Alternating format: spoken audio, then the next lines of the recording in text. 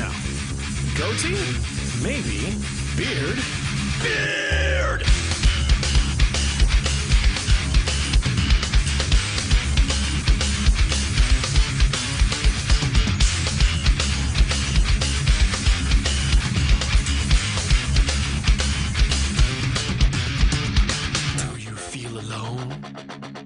Feel neglected? Not doing too well with the ladies? Well, I've got the solution for you! Low self-esteem? Throw a beer! Afraid to follow your dreams? Throw a beer! Are you lonely and sad? Throw a beer! You wanna look good and plaid? Throw a beer! Are you working out? Throw a beer! Did your car break down? Throw a beer! Ice caps melting? Throw a beer! Are you stuck in the middle of nowhere and you need to make an important phone call but the battery's dead? You can't find an outlet to plug in your charger? Grow a beard! Grow the beard, feed the beard, brush the beard, manscape the beard, stroke the beard, love the beard, fear the beard, obey the beard, obey the beard, obey the beard, behold the beard, obey the beard, accept the beard, obey the beard, respect the beard, obey the beard.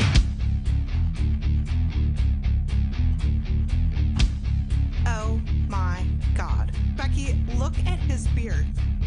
It's just so beard.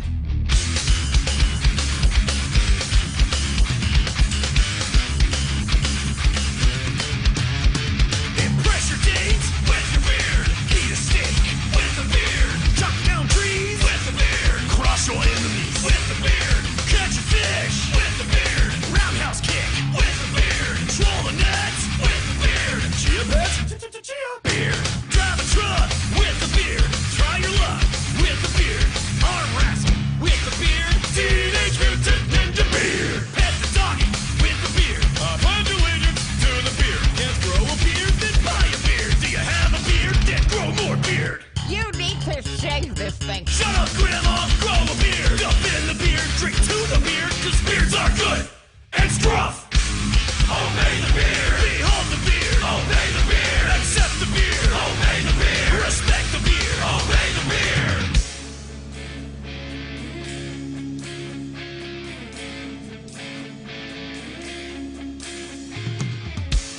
I was so empty and lost inside till I grew you. I put my faith in my facial hair to get me through. Well, I can defy the odds again and again with you on my chin.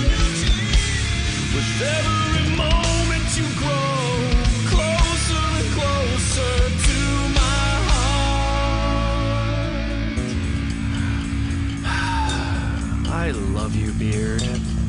If you love it so much, why don't you just marry it?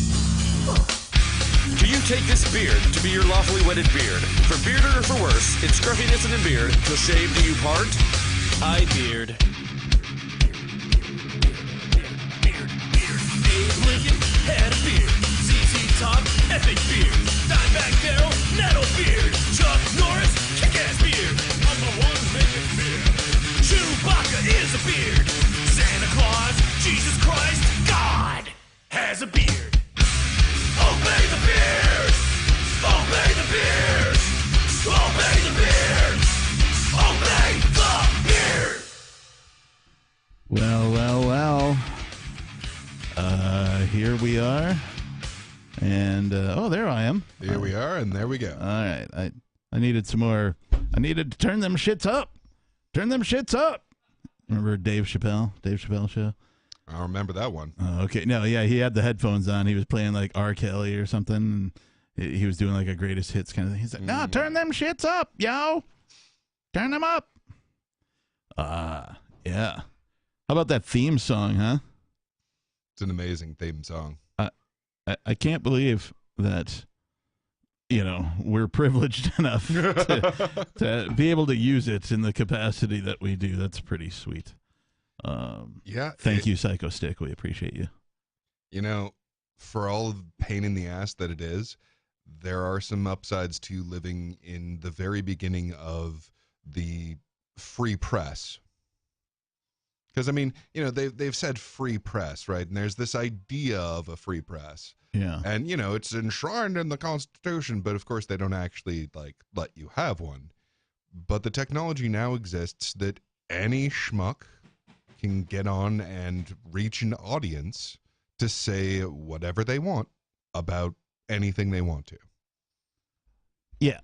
The internet allows, well, a better version of free speech, in my opinion, because it can be communicated instantaneously to a nearly unlimited number of people. Yeah. Should they decide to consume Yeah. that particular piece of technology or art or whatever, news, information, whatever it is. And so, yeah, and Psycho Stick actually as a band were one of the first, I'll say, bands to benefit from, I think, the viral effect of the internet, right? Particularly where culture was concerned, right? Heavy metal was a hot thing. They were a metal band, but they were fucking funny. Right. They wrote hilarious shit. Their first viral hit is called "Beer Is Good," and the chorus is just "Beer is good, beer is good, beer is good, and stuff," right? But it was this weird cut out character video kind of a thing that they had going on, low budget, cheapy, homemade jobby, and it just sort of took the internet by storm, and they became a successful band doing what they do at that particular moment in time. And so later on in life, they write this epic song about beards, man, and because the internet never forgets, we get to use that. I mean, the downside of it is that because we have this mass access, there is no music to my generation. We don't really have one. What do you mean? Because we have all of them. So oh, you don't have a genre. Right. I mean, right. Pop music has stopped really developing in any way, shape, or form, except according to their for quite a long time formula. now. Yeah. Right. They have a formula for what different sounds they will make at what time. Other than that, they do not change the style of music. Right. So my generation never had a style of music of its own because we had access to all of them. In true kick-ass form, I forgot to start the cameras spinning again for just a minute there. But, I caught it pretty early this time. I must be improving. So I have that going for me, which is nice. I am having a techniculty that's preventing me from seeing the calls. And I'm trying to remedy that right now while we discuss Psycho Stick and their epic beard song. Mm-hmm. I mean, that thing's just good. The whole "shut up, grandma," grow a beard, chia beard. Come on, that's just yeah. They are comedic geniuses. I would put them. I mean, they're cheesier than, but I'd put them on par with somebody like a Zappa. You know what I mean? Yeah. They also do parodies. They did a parody of. I'm trying to remember the name of the artist, but it was "Let the Bodies Hit the Floor" was their big hit, the one everybody remembers. And they did "I Can Only Count to 4," which is a very epic tune as well. But hey, we should probably tell people what the fuck they're listening to. That's true. This is a show called Beard Talk Live. Episode 40. And we are forever, henceforth, known as Over 40. Ah, nice. Yeah, that's right. Middle-aged Beard Talk Live. Except I don't dress up like, castles and knights and that kind of thing. So wrong kind of Middle Ages. So I have a theory that 40 is used in the same way as 10,000 in some other way. So So I think the story of traveling through the desert for 40 years, or the story of it raining for 40 nights. Really, I think this was just the insertion of a whole bunch. Okay. So, like in the East, they have this idea of 10,000 things. And basically, you're describing all of reality by saying 10,000 things because they use 10,000 to mean infinite. Whereas 9,999 does not mean infinite. How does 10,000 mean infinite?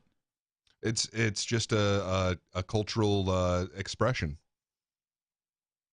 It's an idiom.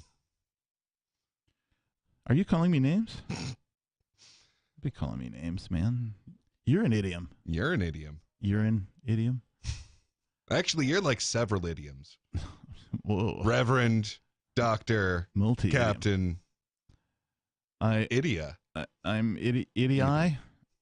Multidium? I've almost got things remedied here, so it's fine. We're just doing a show here. It's called Beard Talk Live. You can call, and I see that perhaps there are some people holding, and we're trying to get there. Give us just a moment. The phone number, however, is 603-283-6160. If you're watching, you should also see the number in front of your face on the screen with which the video is coming through, and possibly even the audio if we're doing it right. Yeah. And if we're not, give us a call. Let us know. Well, it worked last time. Sure. When you and nobody were here and everything was cocked up. And it's the uncensored version too. So we like to say fuck a lot.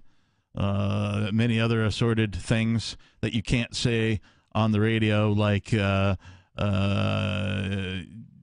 he put it in his butt.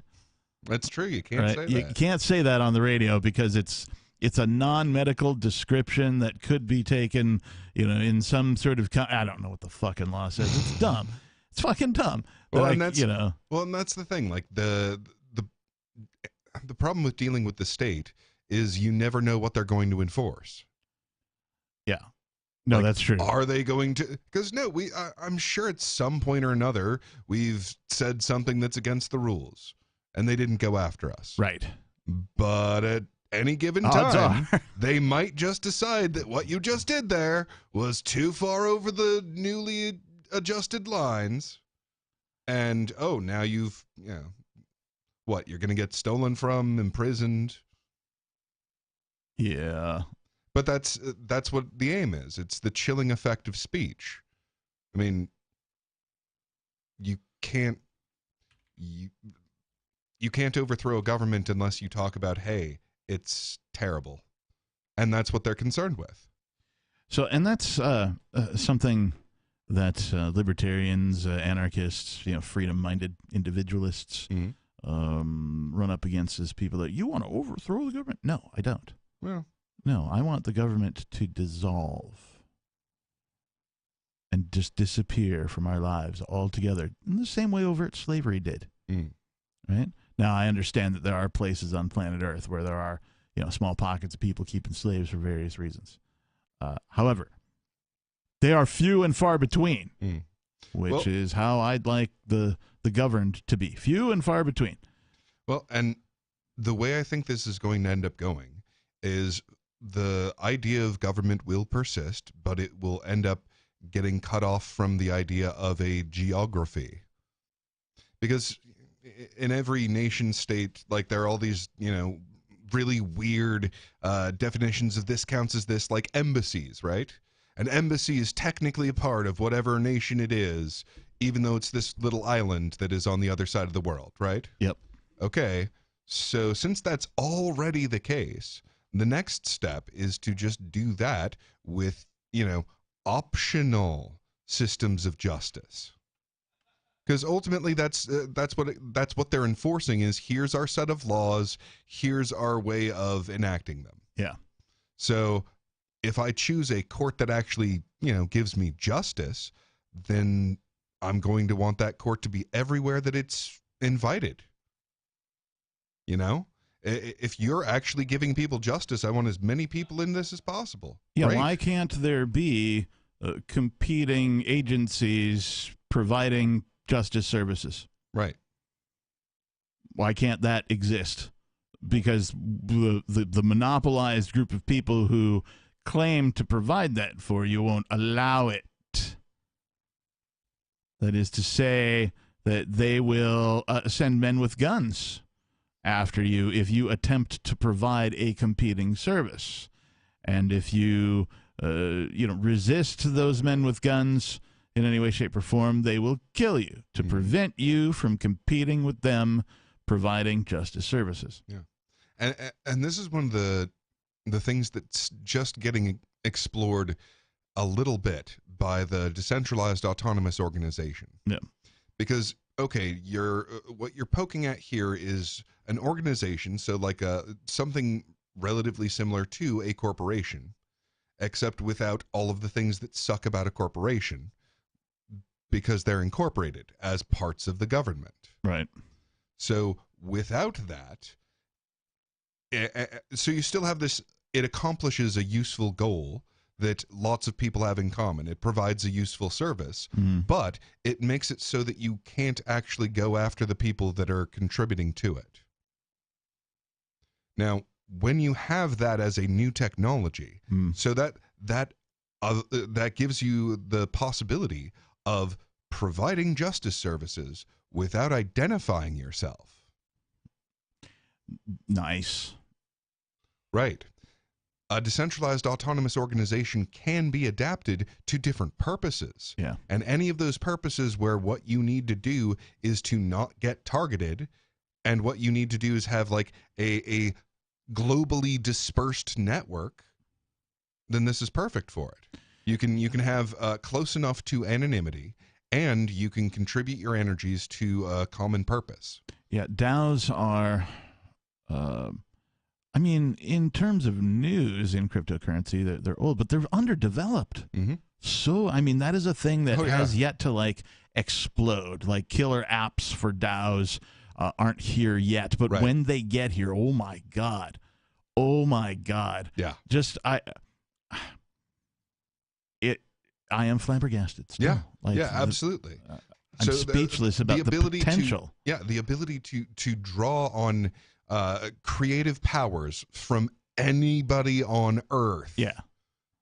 In any culture. Yeah. Because that's the beauty of it, is you get different perspectives on these things, and they'll see problems that someone else wouldn't because of their, cultural backing or whatever. Right.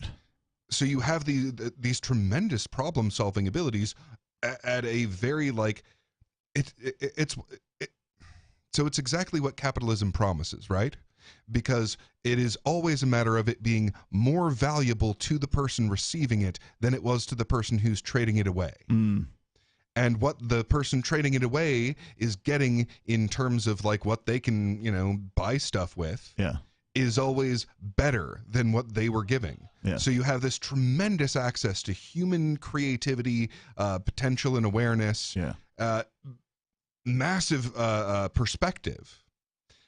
And what they get in return, it's easy for you to provide as a DAO, but to them, it's, being able to make the next meal. Yeah. And what I really enjoy about, and we've talked about the network effect before, but what I enjoy about the internet specifically regarding it is the communication aspect. So now, previously, people were separated, their talents were separated by geography, right? So if there were a problem and you needed 5 different experts, right, from different backgrounds, right, to solve these, you might have one of them locally. Then you got to search for the right one, and then try and persuade them to get together with the other one, and then get 3 more of them to also do this. And you could just never do it. But with DAOs, if there's a problem and you need the talents of these specific 5 people with these specific 5 backgrounds, you could go and find them. They can be found. And what it does is it aligns human talents with human interests in a way that has never been possible before, by eliminating the hurdle known as geography. Because now people conference call, we got video calls, we have video conferencing, you record it, you play it back, you can bring people in, kick people. It's all, the only positive thing I think that came out of COVID was the realization that technology exists and can be adapted quickly to make a human change. All of a sudden, all these tech businesses had to go 100% remote, Right. right? And they saw firsthand the lack of value in the real estate which their offices occupy, because that's an expense they can now eliminate post-COVID and keep everybody working from home, which many, many businesses are doing. So it better aligns human talents with human interests and abilities. Right. And that's something the Earth has never seen before, and it's going to continue to see this. We're in an age of invention, whether we know it or not. The likes of which will make the Industrial Revolution look like somebody building Legos or Tinker Toys. Yeah. Because the pace is only going to pick up from here. Yeah. Right. So I think the internet was the first thing. Right. Then you got your wireless technology, right? Cell phones, Wi-Fi, that kind of a thing, and now we've got. All of the other things. We've got cryptocurrency, we've got AI, conference calling, right? All of these things, these tools that help humanity communicate faster and better than ever before. It can't help but have humans align their talents with their interests and talents with their interests and abilities. Thank you. Well, and I'm really, really glad that we managed to get cryptocurrency before AI. Because I don't think AI without cryptocurrency, I think, could have been quite disastrous in a number of ways. I just still can't wait for AIs to sort of be DAOs, right? And then also for them to go, how do we exchange value? Oh, look, this thing exists that's we don't need permission to use, and well, bam, let's adopt that and start exchanging cryptocurrency with themselves. Right. Yeah, it's the obvious answer for a natively digital they're not a consciousness, honestly. We're nowhere near that level. Yeah. They're getting called an artificial intelligence, but that's not what this is. For one thing, I think that a big part of this is just to draw attention away from cryptocurrency. Because if they're like, oh yeah, Bitcoin was yesterday. It's over. No, AI, that's the big thing. Don't think about money and the money system. I don't know if I buy that, but it's possible. But at the same time, I think that it is just a sign of the next thing. Well, and part of it is just they will market it and they will use whatever commercial people, respond to. Yeah. And people expect big things from artificial intelligence, so they'll just call this level 2 algorithm an artificial intelligence because it sells. Yeah. I look at it like it's the voice interface from the Star Trek Enterprise. Yeah. Computer, can you please replicate a Earl Grey tea hot? Yeah. That kind of a thing. Computer, take me to deck 9. Yeah. Right. Okay. It just kind of does it's just an interface to, I imagine the difference between the telegraph right, and the radio. Oh, you mean instead of interpreting, Morse code type signals, all I got to do is listen? Right.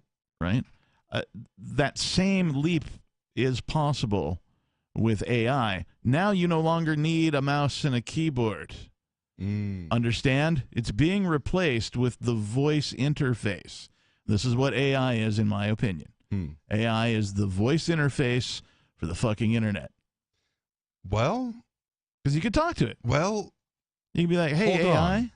So I know that one of the things that's happening right now is with the art AIs, for example, they will type in their commands, and there are certain symbols that will change how your command is interpreted. So they pick up this entire art engines. Of how to use. Right. So if they're learning how to use the keyboard for this, then I suspect that they're going to want to hold on to the keyboard as at least an augmenting tool for how they interface with AIs. I mean, the keyboard's not going anywhere anytime soon. I'm just saying that AI is that sort of hurdle, right? Now we've got it. You're going to be able to walk into a room and go, computer, and they go, yes, peakless mountaineer. Yeah, no, I'm just saying it's a lot more than that.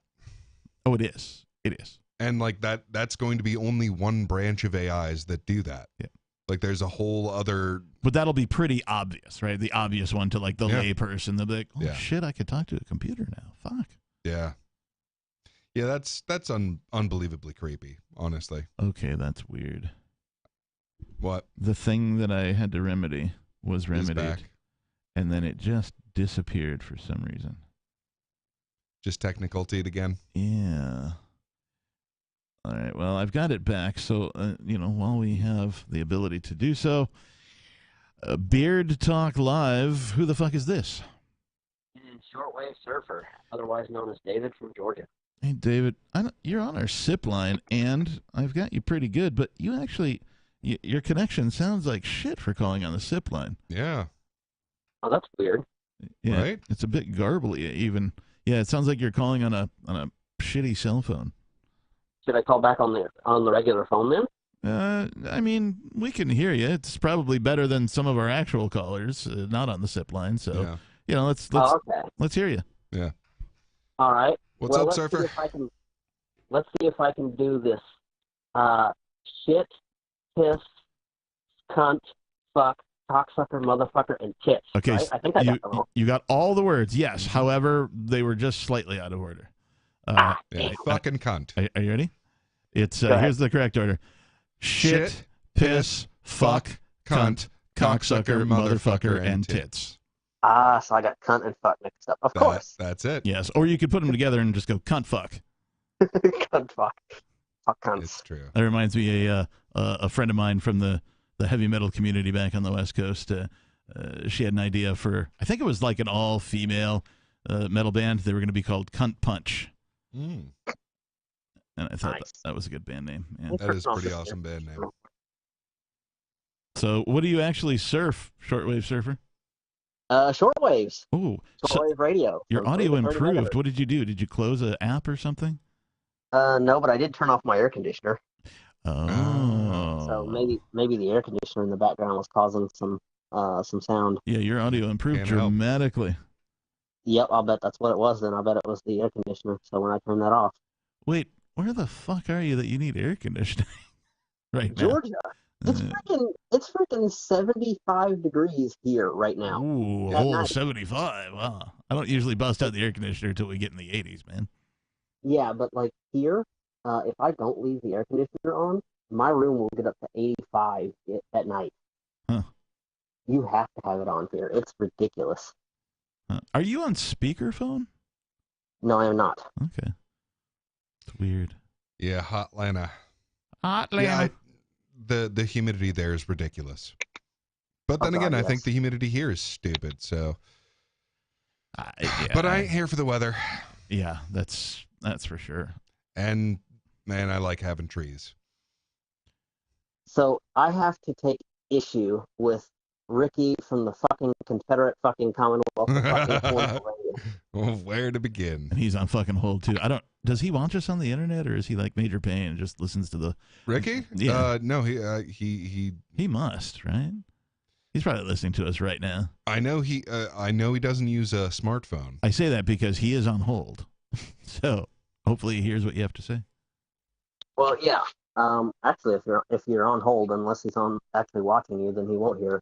But here's the problem. But Ricky has called in for the past couple of weeks to both Free Talk Live and Beard Talk Live, mhm. talking about his Nokia Lumia Windows phone and how it is God. better for blind people than Android. Yep. And that is just not totally true. How do you know? Because I am blind and I have used screen readers for over 20 years. I did not know that you were blind. I am. Nice. I've been using screen readers on different things for 20 years. I've used Windows, Mac, Linux, Android, and iOS, and Windows Phone actually. And I Okay. can tell you that what he says about Android is not correct. All right, let me ask you a question then.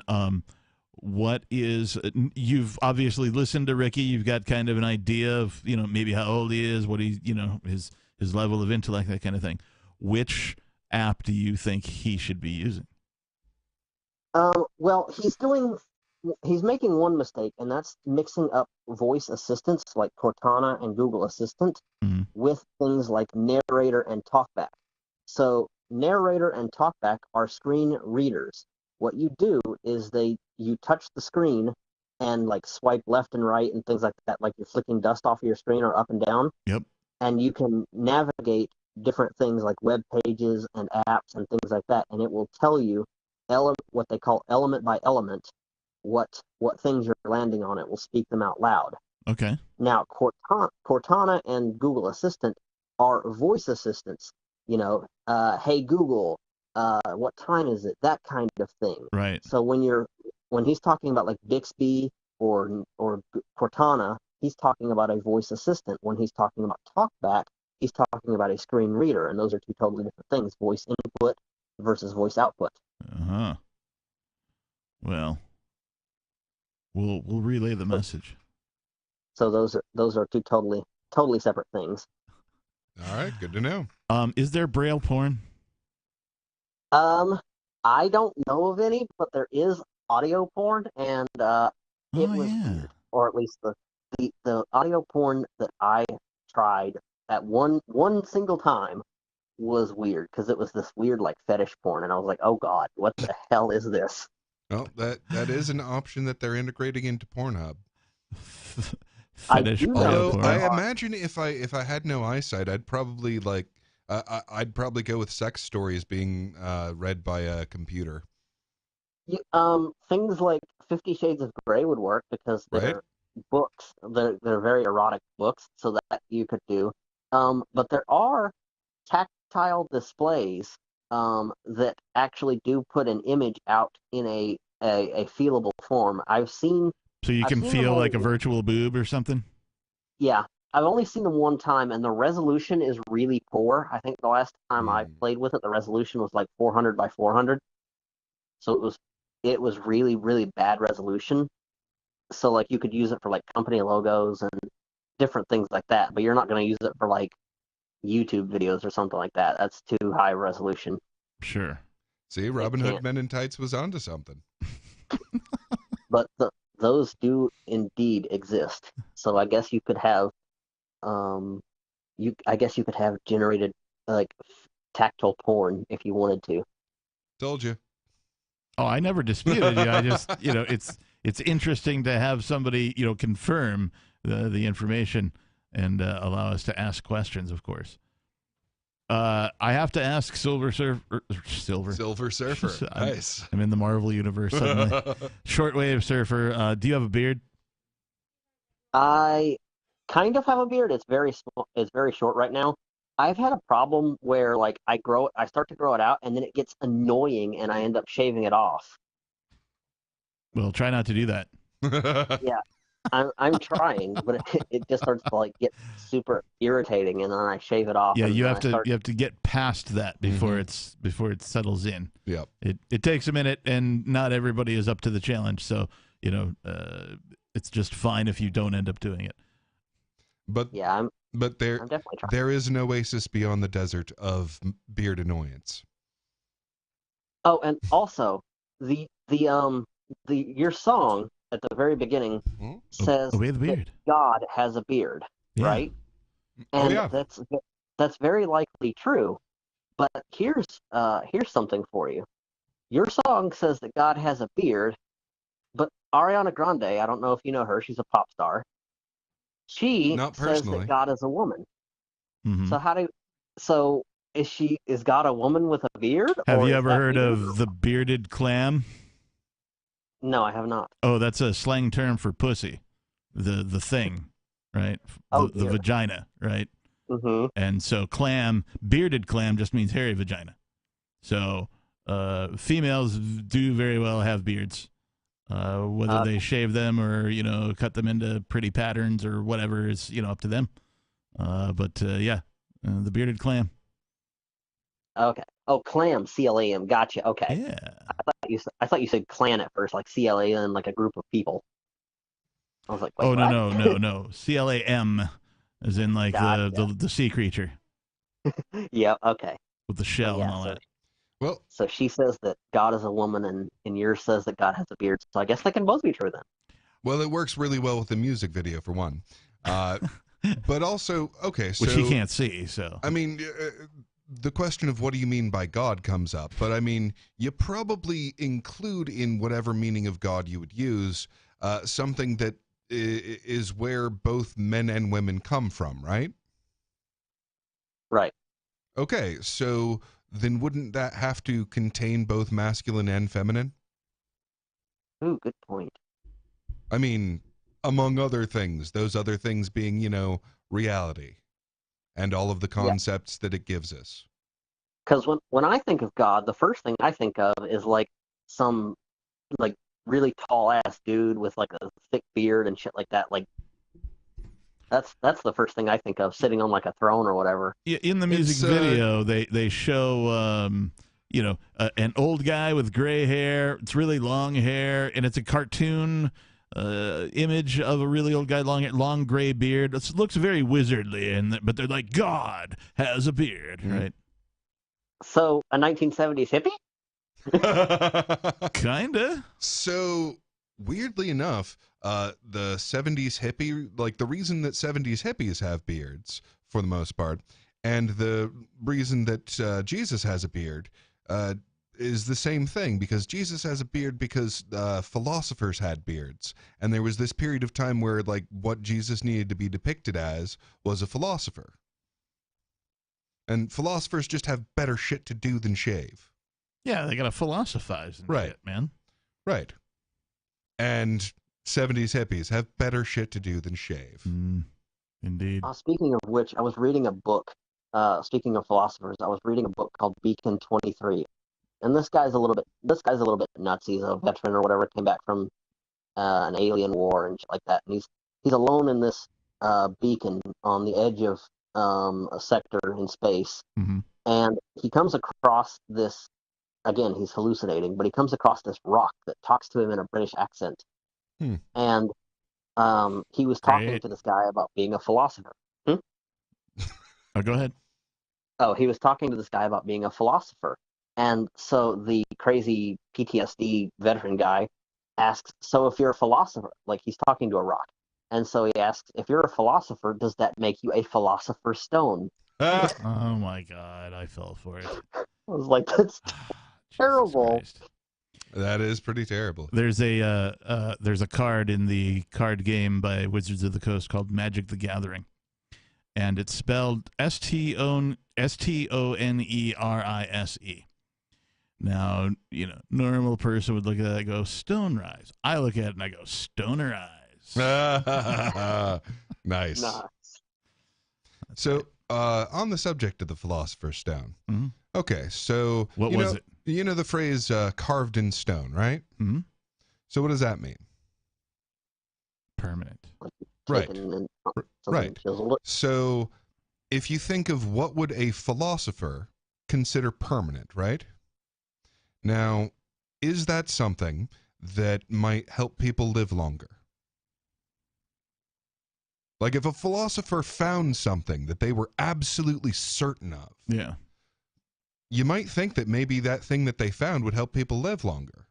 Sure. And maybe help them cure their diseases. I don't know that that's a requirement, but sure, if they found something and it helped people, that'd be great. I mean, so a philosopher questions everything, right? They think about all the stuff. Right. So if in questioning everything, you finally found something that you were sure of, something that was permanent, fixed. Okay, well, holy shit, you found something that is absolutely fixed while you were looking at the entire everything. Okay, so from that fixed point that, okay, we're sure of this, you can use that fixed point for leverage to do all sorts of things. And some of those things include making humans live longer and curing diseases and making people rich. Is it possible to find anything truly fixed in this universe, though? Because it seems like everything is malleable at some point. Well, what's the old saying? The only thing for certain is that nothing is for certain. Is it? That uncertainty is the only certain thing. There's another way of saying that, and I can't remember what it is, but you get the idea. But if uncertainty was certain, then it wouldn't be certain. I'm certain that uncertainty is certain. Well, then something's certain, Certainly. even if it's uncertainty. Fair enough. Shortwave Surfer, are you certainly done, or? Yep, that's it. Well, Hey, man, but we appreciate the call, bro. The Philosopher's Stone, that's the 3 things it was supposed to do. Lead into gold, immortality, and curing all diseases. I mean, Now, if you actually turned lead into gold, you'd ruin the entire economic system. yeah. But the idea is the same, that you increase wealth. Like, people think of gold as a way of being wealthy. So the simplest version of that, the one that you would tell children, is turning lead into gold. Right, take something common, turn it into something valuable. On the other side of things, there was a like secret language of like your chakras and like your basest self and your divine self that also is like your basest self is lead, your god self is gold. So you like bring yourself. My bassist self? Yeah, Like me most playing bass. an Ibanez 4-string? No, Playing the no. bass? That is definitely closer to the divine. That would be my bassist self. Bass est, not Oh, bass ist. Most based? Yeah, I see. no, not most based. Oh. That's your basest. Oh, it is? Yeah. Always try to be your basest. Wow. I guess. That's good philosophy. But like the tall guy with a beard is like what you talk to children about. Okay, you're trying to express an idea of something infinite. Well, that's not going to happen. You have to use finite words to communicate to a finite mind. Okay, well, what do we know about it? Like, what are the attributes? Okay, well, we'll weave the attributes into a story. Well, what do we know about this infinite creator of life? Well, it's wise. Well, what do you experience in your life that kind of indicates wisdom? Well, I mean, there's these old graybeards, and they seem to have a lot of this wisdom stuff. Okay, so this idea of an abstract that's wise gets a big white beard. I see. Right. But that's not something you can tell kids, is the, infinite wisdom of this being. So you tell him he has a beard. It works. So it's the bearded guy. Yeah. It's the bearded guy. That's all you need to know. Let's go do this thing again because we have more call. There's like the phones, they're not packed, so there's room for you at 603-283-6160. But we've got calls, and let's go to this guy. Beard Talk Live. Who the fuck is this? Going once? Beard Talk Live. Going once. I can see you there. I can't really hear anything, so I don't know if your phone's on mute. You got your headset muted. You got your handset muted. What are you doing? Did you butt dial? What's going on? Fuck. All right, well, he's going away. Let's go over here to this guy. Beard Talk Live. Who the fuck is this? Beard Talk Live. Who the fuck is this? I'm starting to think your technical dudes are back again. Yeah. Well, I'm not sure. All right, hang on. Beard Talk Live. Who the fuck is this? It's Ricky from the fucking Commonwealth. That one The works. only yeah, of course. I'm like, this is only going to be remedied one way. That's by taking Ricky's fucking call, right? Hopefully, Why vicariously. Well, it's a long story if you're not listening to the show. So Well, you should re-listen to That's this show because someone called in to tell you some stuff about how to use your handicap accessible technology. Yep, and I'm far too inept at technology to do a conference call with you and that guy, even though it's totally possible. I just don't remember how to do it. I think it had to do with the screen reader is one of the things you need to look into. Oh yeah, something about your diatribes about the Windows Phone and how you're completely wrong. That's going to be no. Wait a minute, I'm not going to go into that, but that's going to be fine. Thank God. The reality is, TalkBack sucks. You can't do shit with it. I want to have an experience like when I could see. I saw 2400, but I could see. That's what I want. Touching shit, to tap it, says what it is, and open it is not fucking good enough. Well, I'll tell and you if what. you're in an app and it's not Ricky, programmed Samsung TalkBack, that don't work at all. So fuck it. I'll tell you what, So I Ricky. don't care what he says. If you actually want that, then you're going to have to wait a while. But if you live long enough, we are coming out with Cyber Eyes. Cyberized? Well, no, Yes. I'm just gonna get Yeah, my no, like fucking Windows optical, phone. like- I don't care. Like cybernetic optical Oh, I see. implants I see, are yes. being developed Yeah. now. And if we had Well, a I halfway have. decent Okay. monetary system, we'd have decent cyber eyes already. But no. Yeah, they've been in development for quite some time. I remember maybe a decade ago watching a documentary that was already old about how they drilled a hole in the back of this girl's head and implanted some sensors onto a lens that they, like almost a contact lens that they put over her eye. They embedded some sensors, ran a couple of leads from that to the hole in her head where they plugged in this big old computer thing. It was something out of sci-fi, but it looked big and clunky, like it was, you know, the interface, the thing that they plugged into her head was made in like the 70s or something, right? It just had that 70s sci-fi vibe to it, man. Whoever the designers were, you know. But like she couldn't really see like shapes, but she could see. No, I'm sorry, she couldn't see colors or anything with clarity, but she could see shapes, like discolored shapes on a white background, and so that was progress at the time. For where they were with developing the, you know, sort of cyber eyes that you're talking about.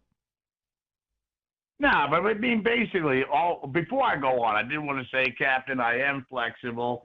But if at a point to call, we're done for tonight. If I could call back in so I could hear the rest of the show, that'd be great. You could always ignore me unless you want to pop me on for some unknown reason. Well, so I don't believe that our show is broadcasting when you're on hold. I believe it's a replay of Free Talk Live. Right. So you're not. No, I mean, just when our call ends, you know, at the point like you put us on hold and all that shit the other night, that's cool. But say you say, thank you, Ricky, and it hangs up, I call back to listen, the number to call in to talk, and I just hang out. You just can ignore me, unless you want to pop me on for some unknown reason. I'll probably so I just. can hear the rest of the show.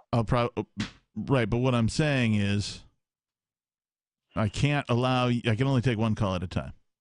And No, so- but you don't have to. You just ignore me. Yeah, we I'm don't have used the to that, technological but- capability to do what you're asking. I have the And we human don't have ability. the money to do it. So Well, you can't ignore me. I can totally ignore it. if Watch you this. So, if you Peakless, want how to was if your you day? want to listen to the rest of the show, you can go on the internet like everyone who's No, I can't do Listening that live at the now. beginning of the next month. Oh, he's on the internet welfare program? No, that's when I'm gonna get my damn new phone next month. Oh, is it a Windows Cortana? That's right, it is. Is it really? But, Oh, my but I fucking won't be God. able to have an experience like a seeing person. I know that, as opposed to a Samsung phone, which doesn't do much. Oh, Believe me. See, I'm we're in this like weird, awkward mid phase where we have the technology out of which we're going to build the Star Trek voice, accessible computer, but we haven't. Ricky, you've caused both Major Payne and Tim from Florida, I think, to hang up. Well, I had something more interesting to talk about quickly, if I may. Well, it better You be know, interesting. I will be. I won't now, hold my you breath. know, no, it is. Oh, look, you're making Peakless leave now. He's like, oh, I got a No, minute. here in the- no, wait a here we minute. go. Here he goes. No, he's. Here in the Commonwealth, we used to have a slogan for quite a while God. that was, "You've got a friend in Pennsylvania." Now, that's basically true, I would say, to Pennsylvania, people that were, natives of PA, that were born here. But here's the problem. That's not entirely true, because that does not extend to New Yorkers. Now, it's a known fact that Pennsylvanian natives, and like myself, hate fucking New Yorkers. And there's a lot of reasons for that. I mean, first of all, they're all fucking statists. I mean, like right now, they're basically communists, And if you go back, I don't know, about 15, 20 years ago, there was a big problem. Because, one, they somehow were able to infiltrate the townships. Like where I have my property at, I don't live there anymore. But at the time, of like 9 or 12, whatever it was, township members, they were all New Yorkers but one. And they were doing all Peakless. crazy. Huh? Sorry, I was just calling Peakless. No, but they were doing all kinds of crazy shit, fucking shit up. And they also infiltrated some other part of the local government. And they basically were gaining control over the county. Wait. So you're trying to tell me that there's hatred between Pennsylvanians and New Yorkers because why? It goes way back for a lot of reasons, but mostly they're fucking statists and the opposite of us. But like I said, it was 20 years ago they infiltrated the townships and got on the township boards, and they did something else with that. I'm pretty sure Pennsylvania is full of statists. Huh? I'm pretty sure Pennsylvania is full of statists. Oh, there are statists here, but I mean, majority of us are not. You know what I mean? People come in from Jersey, fucking New York, and they wanted to turn it into fucking New York. I mean, New Yorkers are the worst. If you like New York, stay the fuck there.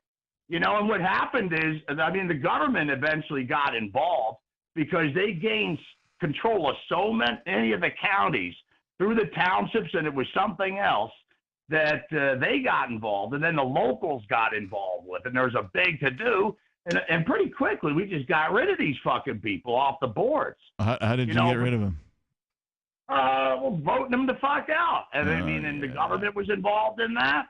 It was a big problem. I mean, it really was terrible. I'm a little unclear about what the problem was. That. I mean, it goes way back. I mean, New Yorkers would come in and they want to turn it into fucking New York. All their bullshit. You sound like the people who are who don't want to let Mexicans cross the border in the South.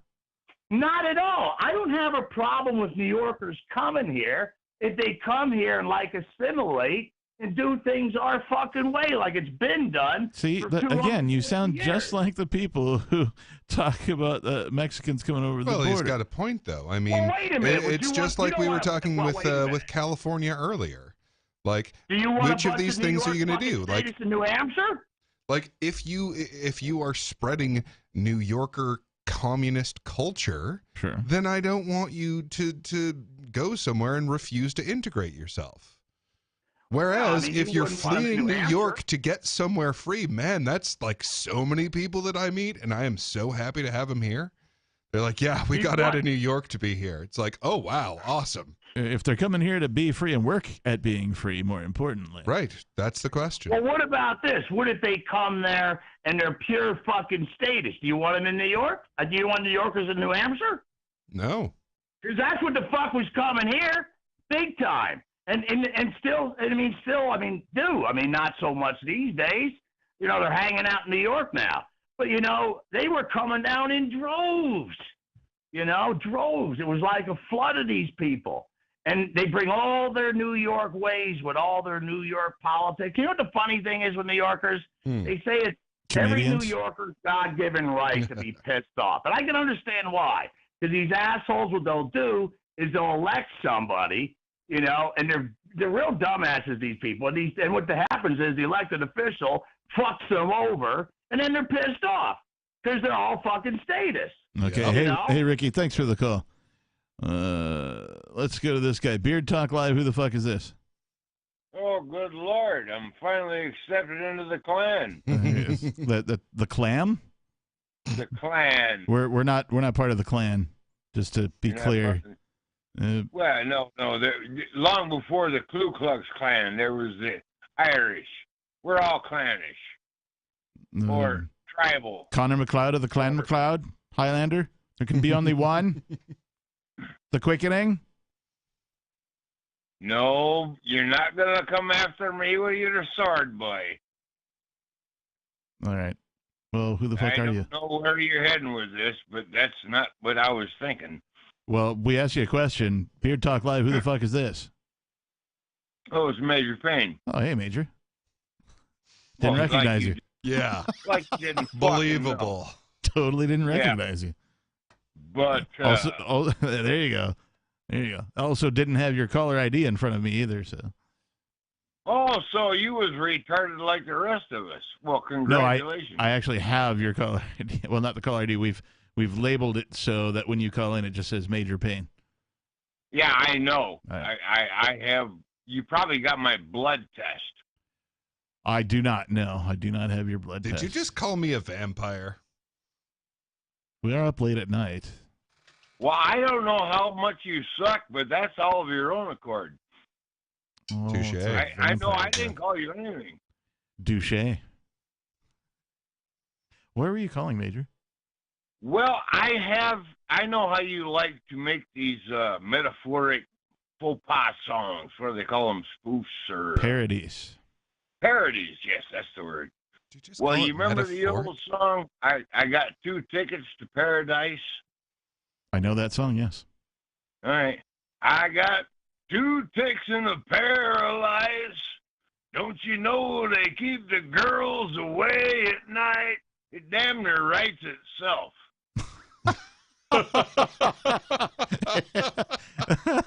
There you have it. There you have it, everybody. It damn near writes itself. I mean, you think about this. You want to do a stage show? You know, you were talking about this guy with the inflamed cock throwing fireworks out of it. Well, I'll tell you what, Major. If it practically writes itself, then get a pen. Because that's the standard. Well, if you actually make the song, then actually make the song. You got to do the whole song. You got to do all the lyrics, not just the catchy part, not just the chorus. Right. You do the whole song. I'm just planting the seed, dude. I'm just. Is that really the seed you want to be planting, Major? Well, I don't know. I thought it could be a pretty good stage show because I'm envisioning the captain. He's talking about all these freak shows where they got giant cocks, for lack of a better word, shooting out spooge and fireworks and whatnot. You know that. And I'm just thinking you're on the show where you can off cuss the and say shirt. bad words, right? Dude, this is fuck me land. There I we can go. say anything I want. There's the Right? Major. I knew he was in there All right, somewhere. so- You just got to get him cussing a little bit. You know, I really didn't need to imagine that stage show. Thank you very much. Yeah, I also did not need. I could have gone the rest of my life. Yeah, I think and never imagined that stage show. I think probably all of our listener could have gone without that.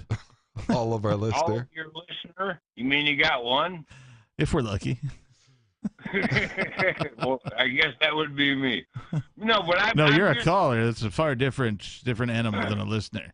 A listener is somebody who tunes in and listens. You're a caller. You just call. You don't tune in and listen. You just call. Oh no! Well, on this particular show because I have no other option. You don't have the internet? That or is that not corrupt? Do you have the internet? No, I'm running off an old cell phone or an old flip phone. Yep. Then yep. That's And how you got to know roll. What? No, well, this is I gotta give old Ricky from the Commonwealth a little kudos because he was talking to Ian the other night and he was saying how he was running off an old flip phone, and he runs off his speakerphone, which is the same thing I'm doing right now. What I've done is I take my speakerphone or my flip phone and I put it up against my tablet, and it kind of makes it like an echo chamber. Huh. I've talked to you guys on, with the phone to my ear and it on speaker, and you tell me I sound better this way. You do sound better the way you're talking to us right now. Yes. Yeah, on speakerphone. And Ricky from the Commonwealth said that that's how he was rolling, and Ian poo-pooed him. Well, maybe Ricky from the Commonwealth just sounds like shit naturally. Well, Ricky from the Commonwealth has some pretty crazy ideas. I mean, That's I don't a know how fact. you. That's a fact. I don't know how you can think you have the vision of Jefferson when you still are lost in the Confederacy. Yeah, that's a good point. Well, I will say this much in favor of confederacies. The one that we had before this version of the United States was better. Like, even if you look into the encyclopedias, they'll all say, oh, well, the federal government just wasn't powerful enough. Yeah. It couldn't deal with this, this, and this. It's like... It wasn't supposed to. Yeah. It wasn't supposed to. We were supposed to have our own societies. We were supposed to be free men. That was the whole experiment that we were trying to do here. Yep. Quite literally, the government is robbing humans of their sovereignty, of their freedom. Quite literally. Yeah. And people will go, well, you can travel anywhere you want. You can buy a plane ticket. Okay, but like how much of my life's effort has to go to the assholes in bureaucracies in order for me to do so? right? How much of my life's effort have I given up just for the 2 weeks a year, right? That I get, right? Because 25 to 50% of my income goes to taxation. Yeah. So, yeah. And I don't know. And honestly, like, okay, they're like, oh, well, if you don't like it, you can leave it. It's like, okay, well, two things about that. If you're paying for it. The first one, of course, is that I can leave one plantation to go to another one. Yep. The second one is even if I go to a different country, that is no guarantee that the United States will not fuck with me. Yep, absolutely. Oh, so now you want me to expose myself to their foreign policy? Because that's been real, peaceful. Peachy. They don't great. just assassinate people across the world from time to time because it's convenient. Oh, you mean constantly? Oh, yeah, that. And yet, people have this faith that you literally just cannot do anything unless we have one gang rule them all. Yeah, everyone should be their own gang. Yeah. That's it. That's how it works. That's how it should be. That's how humanity goes forward. That's how humanity evolves. We have to get past the barbaric and ancient idea that one group of men has more power than the rest of us. They do not. Nor can you give it to them. They have no more rights than you or I. Ask them where they got them from if they claim they do. We're right back to the clans. The people that are your neighbors, the elders that you respect, make decisions amongst the squabbles and piddleness of the people. Well, clans were actually far more family specific than that. Yeah, they were hierarchies, well, family enough, hierarchies. Because they were all interrelated. So you'd have multiple clans in a village, is what I'm saying. Whereas in a village, you can have, these are the wise people whose opinions we respect. Council. Therefore, you would have a council of the clan elders. The Council of Incredibly High Hosts. Well, should you trust yourself to? Your neighbors or some bitch 750 miles away? Right. Oh, shit. Tim from Florida called and he hung up again. Don't worry. I will tell you who your peers are, and then I will select those peers for you. This is how you get a fair trial. About jury selection. Bullshit. I know that's all bullshit. Yeah. They select who they want. Yeah. Well, and that's why it's called jury selection. Yeah. Yeah. And this is why we need to supersede their authority. Judge shopping too, right? We got judge shopping too. Let's take it to the most indiscriminate son of a bitch that sees it our way. Yep.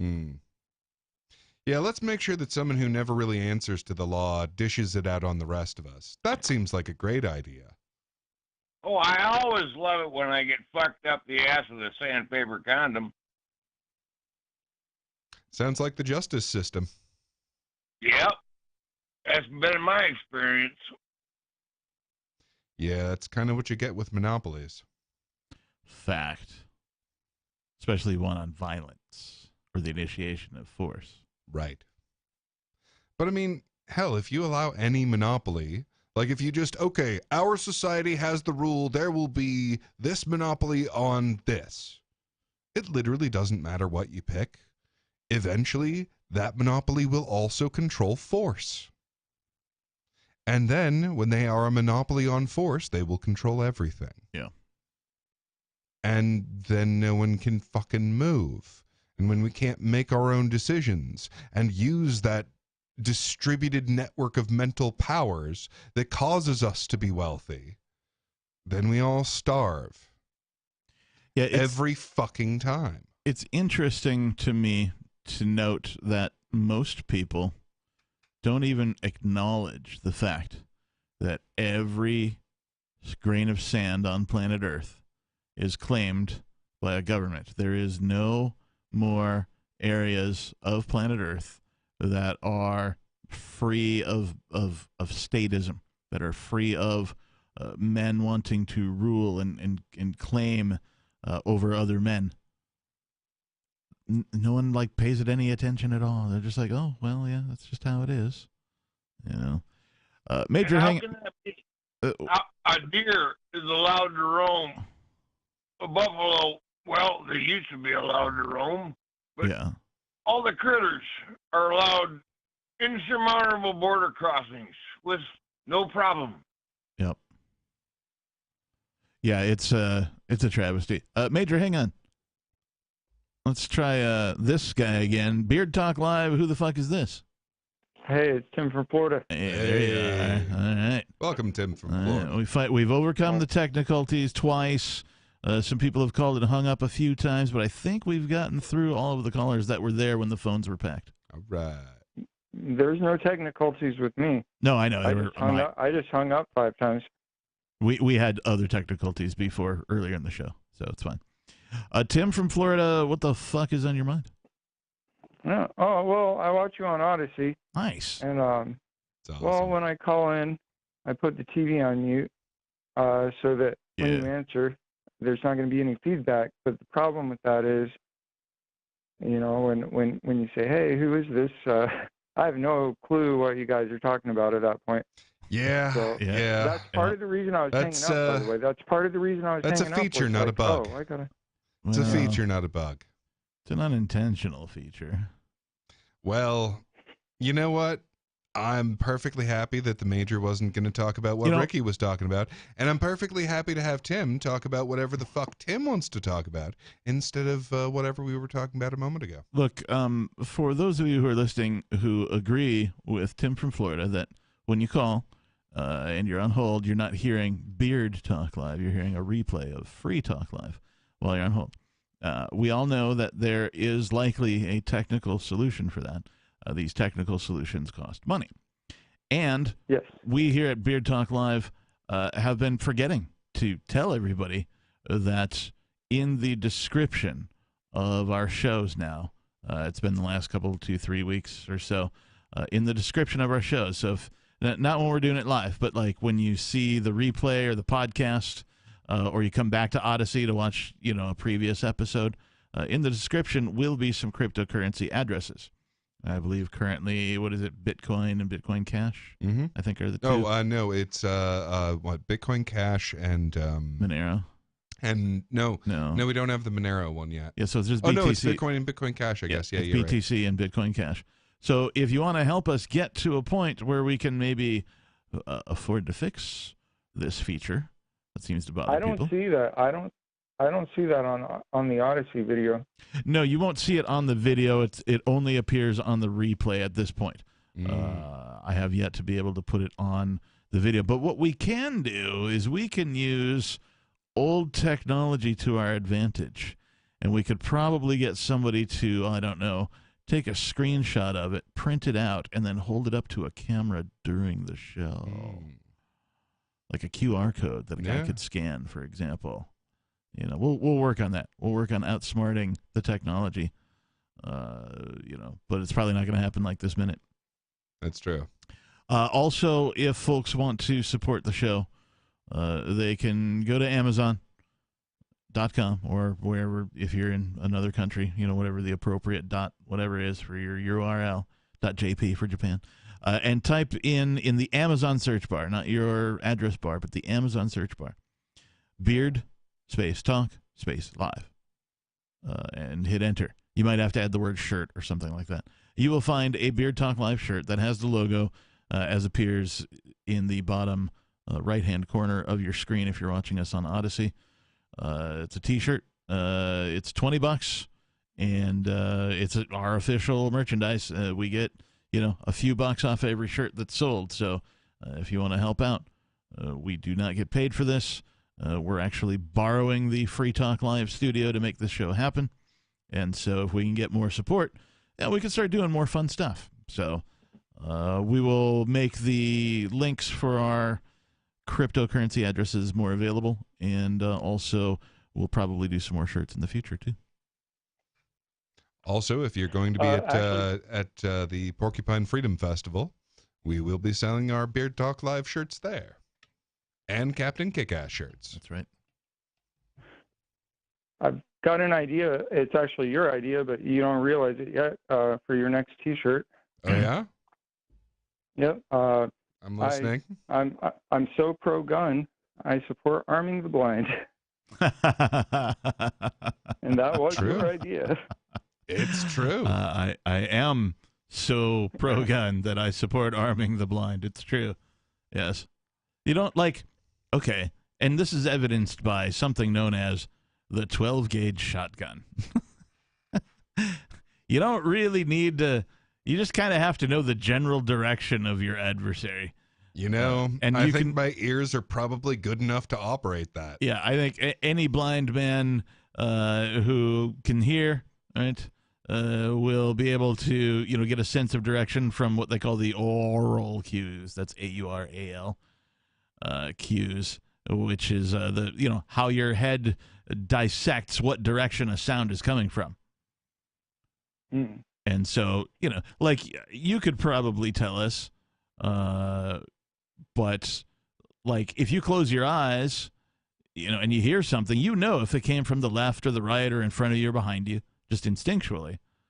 And so with that, you have enough ability to aim a 12-gauge shotgun in somebody's direction. Most likely. I can think of a better scenario, you know, where basically, you know, someone's already come up to you, and if you're blind and you have a sidearm actually strapped to you, you know, and the person is unaware, and you're already in, you can reach out and touch the person because, you know, they're actually attacking you in some fashion. Yeah. And, you know, at that point, it's over. Yep. Yeah, close quarters combat, especially for handguns. You know, I mean, that's effective stuff. Yeah, what's wild is that the majority of shots fired in combat, like all of the, you know, people trying to kill each other, whether military even or just, you know, gangs on the streets or whatever, most of the shots fired are within like 12 feet of each other. Wow. Yeah. So if you can close like 6 feet, then you are probably within hand-to-hand combat of anyone who's likely to pull a gun on you. However, they are a great equalizer for a reason. Because, like, you know, I'm a big guy and I know martial arts. So that gives me this huge advantage until you have a gun. Yep. Then you can be, you know, very small. Yep. Completely untrained. And you are absolutely dangerous to my existence. Yeah. That's why, you know, these women who are afraid of men and rapists and things, and, you know, they're carrying the mace and the rape whistle and that kind of thing. Like, okay, but like, you know, if you just carried a gun, you'd probably feel far more confident everywhere you went. Mm-hmm. You know, you would lose that fear immediately. Also, in my opinion, I don't know. I mean, there's probably plenty of people who are like, you know, I haven't been maced before, but I think I can take it. Whereas there are people who can, yeah. Whereas if someone sees a gun, they're like, oh, fuck. I better stop trying this and run away. Yeah. Yeah. Trade in the rape whistle for a firearm. That's my Right? advice to women. Yeah. Yep. Then again, I can't imagine having a daughter that you don't train to, like, defend themselves. Here I am, an evil man advocating for arming women. Like, what? How dare I? Why on earth would you have a daughter that you don't train to defend themselves? Yeah. How dare I advocate for the train safety? My female, sorry, go ahead. I'm sorry, but if I could train my pit bull, you know, my female pit bull to, you know, a firearm, I would. That sounds a little bit like a shark with a laser on their head, but still. I might go. Yes. I might go see that at the circus you travel around in. All right, hey Tim, thanks for the call, man. We appreciate you. Let's go. I guess we gotta fucking. Now let's go back here, Major. Good Lord. Do you believe in arming pit bulls? I believe in arming pit bulls. Is that what you said? Do you? That yes. is what I said. I don't think pit bulls need armament. I think they got enough in their own face. Major, what are you drinking tonight? Whiskey, water. Okay. Same as you. It's acceptable. Pit bulls got a bad rap, dude. Seeing as how you wanted to bring that up. They are such sweet Victor's dogs. dog was pit bull. Yeah, they got the same bad rap Little that they. rascals. Yeah, they got the The same. Little rascals dog was a pit bull. Yep. Yeah, they got the same bad rap that the Dobermans had before them, and that No, the the German and Dobermans- the German nope. Shepherds had before them. It's never No, about. no, it's no, never you're about the wrong breed about of dog. Captain. Look, Captain, look, you're wrong about Major, the Doberman. Major. It's What? never about the breed of dog. It's about the training. Well, this is partially true, but as far as the Dobermans go, they were bred by Hitler from greyhounds and Rottweilers, and it was the whole breed stock started out of like 19 to 21 dogs. So there was serious inbreeding problems. I mean, that's what happens with all of the purebred versions of dogs, right? German Shepherds are infamous for hip problems for the same fucking reason, right? Because Well, that's dysplasia, but that's not mental discapabilities. I'm sorry, it's not what? They were bred. The Dobermans were bred to release on the American lions as attack dogs. They were bred to be the new wolf. That was the purpose from Hitler of the Doberman. Sure, but it's still about the training. Like, you can breed all you want, and it's going to have zero effect on the breed's actual dangerousness. So Dobermans were first bred in the 1880s by Carl Friedrich Louis Doberman in Apolda, Thuringia, Germany, a tax collector who ran the Apolda Dog Pound. So no, it wasn't Hitler. Do you think Hitler got all his ideas out of his own pocket? Oh, hell no. Okay, fine. If you want to bring up Hitler, let's talk about Hitler. Oh, okay, God, so I've Hitler. lost. I don't want to bring up Hitler. Hold on. I didn't bring up the damn Dobermans. So Hitler was a designed product. So he was, I'm serious, he was told this like prophecy of this coming ruler, right? Until this very particular point where they all let him know. And by they, I mean there was this secret society called the Thule Society. And they told him, hey, there's this coming Messiah figure, right? And then all of a sudden the story changed to you're the coming Messiah figure. So that's why I wouldn't go back in time and kill Hitler, is because they would just bring up another German who had been in the army, who was very dissatisfied and could really raise a crowd with speaking. They would have just picked a different Hitler and run him through the same training, and we would have gotten the same result. You are watching the Hitler Channel. I remember that. The big H. But no, he didn't invent Dobermans. That's bullshit. That's bullshit. I think Major Payne is that guy that used to like hang out at the bar, like before the internet, where you'd be in the bar, you'd be wondering some weird ass question, and you would just ask people in the bar, and Major Payne would be, okay, let me tell you this, and like you just believed whatever came out of his mouth. What choice did you have? Because you didn't have any choice, and then you spent like the next week or whatever talking with your friends about, hey, remember we were at the bar and that drunk guy told us that Hitler invented Dobermans? Mm-hmm. That was neat, man. Yeah. So Okay, I think so there's you a wanna go digital. back to I think not there's a digital. common? Hey! I think there's a digital version of that that's about to happen. So right now we have AIs that can like deep fake videos, but we have a blockchain that can be that can serve as an authenticator of time. So we know for a fact this information was it was encoded at this time. So people can make blockchains to make records of what they've figured out for sure at that time.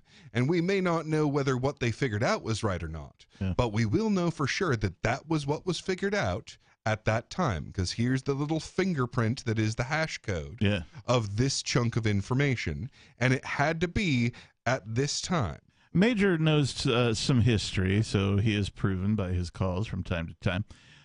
And I want to talk about the historical impact of the blockchain. And by what I mean by historical impact, up until the blockchain was invented, this is an underrated, untalked about feature use case of cryptocurrency or the blockchain. Up until it was invented, history was written by the winners, right? Wherever the wars were, right? Whenever you won, you're like, okay, now we get to do, and they call it revisionist or whatever it is. You basically get to write the books about, like, okay, this is what happened, and like only your side of the story sort of carries on from a political perspective. For the first time in human history, we have the ability for everyone to write history simultaneously, with the added bonus of it being unerasable. Right. Unerasable. Right. Yeah. So, you historians out there who love history and spend your nights finding obscure articles and books and, that kind of, it's a rare print or whatever. And there's even this form of historian that goes out and finds the physical evidence and frequently disproves the story that they've, actually this battle of the Civil War didn't go this way. Right. Because we found this, bullet over here and whatnot. Yep.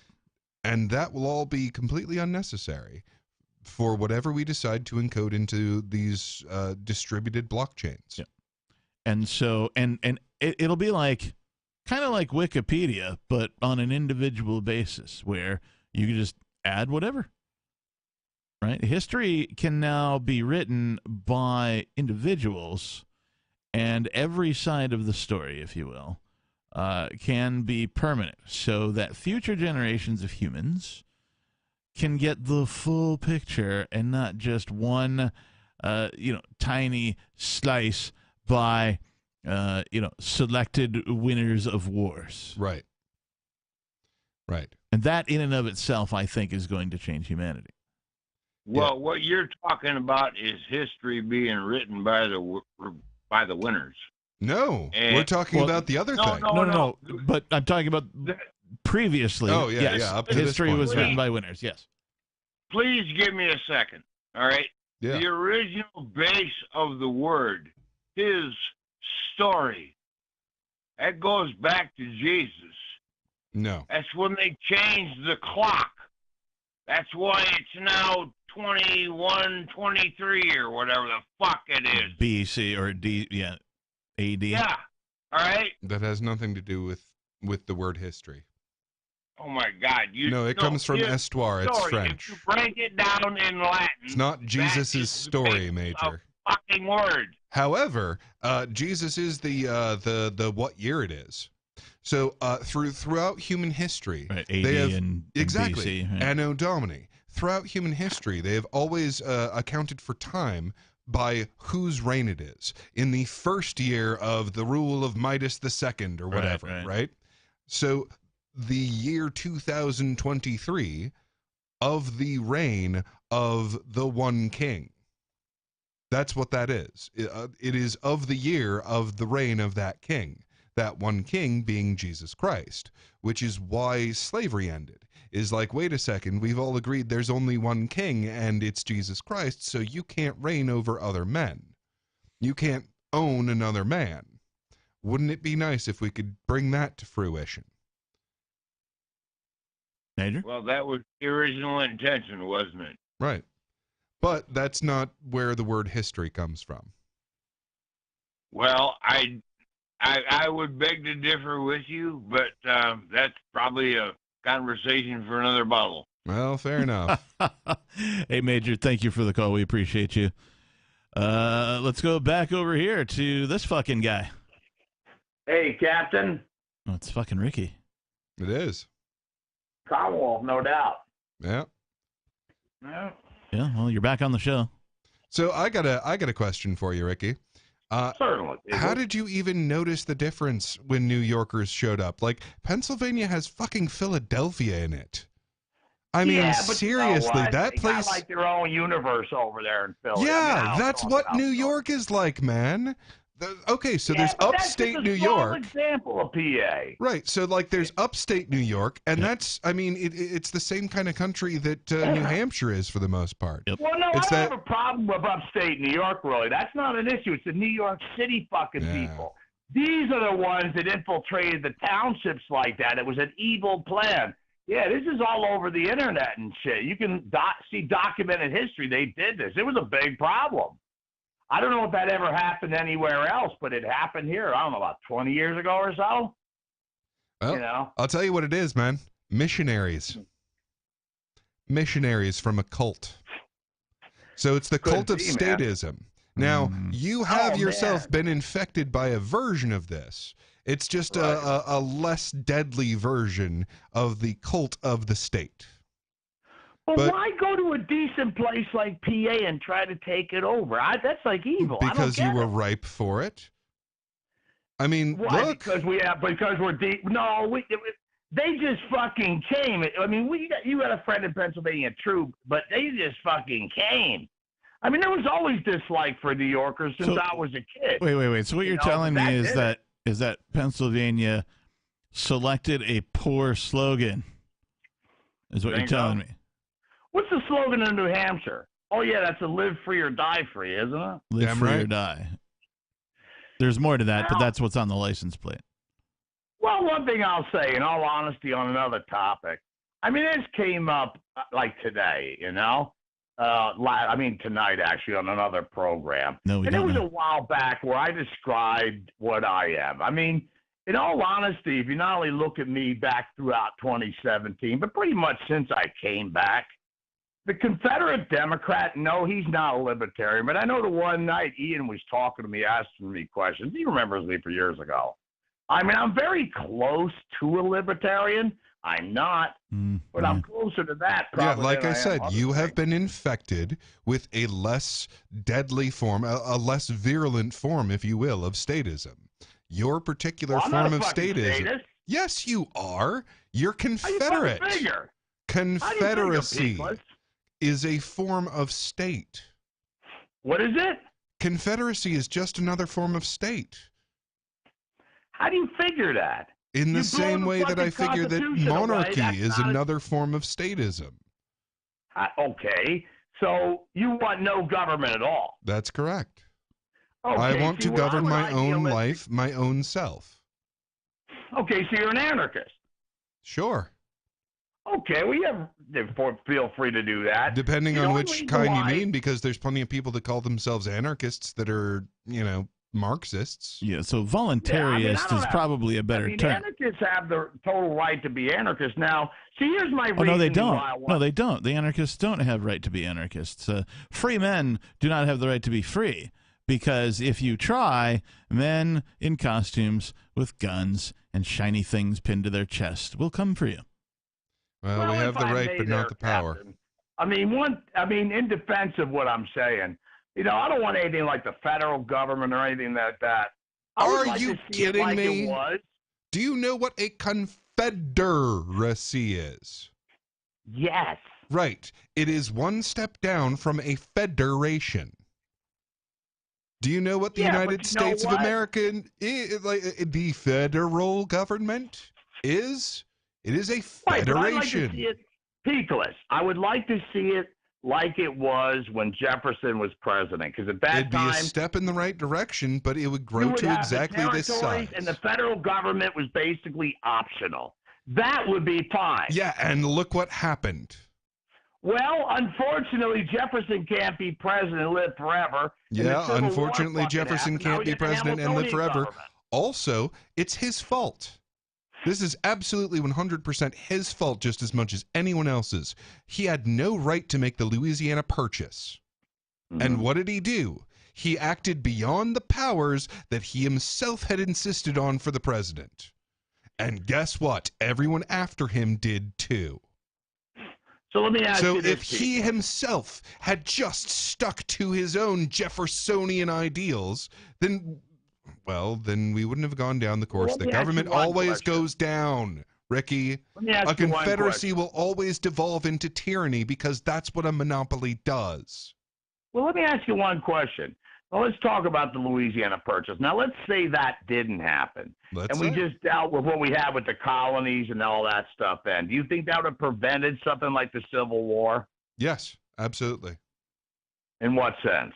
Okay, so if he had not expanded the powers of the president beyond what was written down, and specifically against the limitations that had been written down, if he had not expanded the powers of the presidency beyond that for one term, especially while we were figuring out what this thing was, then no one else would have been allowed socially to do more than what a founding father had done themselves.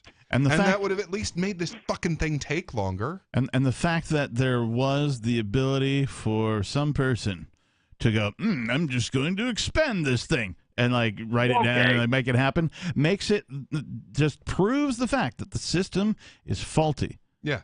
They had just written this thing down where the Congress are the ones that get to make purchases. They had just come to this fucking agreement. And wouldn't you know it? So, like, I mean, call it God, call it karma, call it whatever you want to call it. But when you break your fucking word, the universe gets even with you. Every fucking time. And he broke his word. They had done this big old ceremony to sign this piece of paper saying, I don't get to spend all this money. Here's how that money gets spent. And what does he do? He spends all this money. Okay, well, you know what? If you're going to plant the seeds of iniquity, what do you think is going to grow? All right, well, let me ask you this one, Peakless. Now, okay, so let's go to current time. Okay, hang on, Ricky, we have to take a break, so stand by. We're going to go to a break right now. I'm going to play some music for y'all while we do our break. We'll be back. 603-283-6160. Give us like 8 minutes, 10 minutes.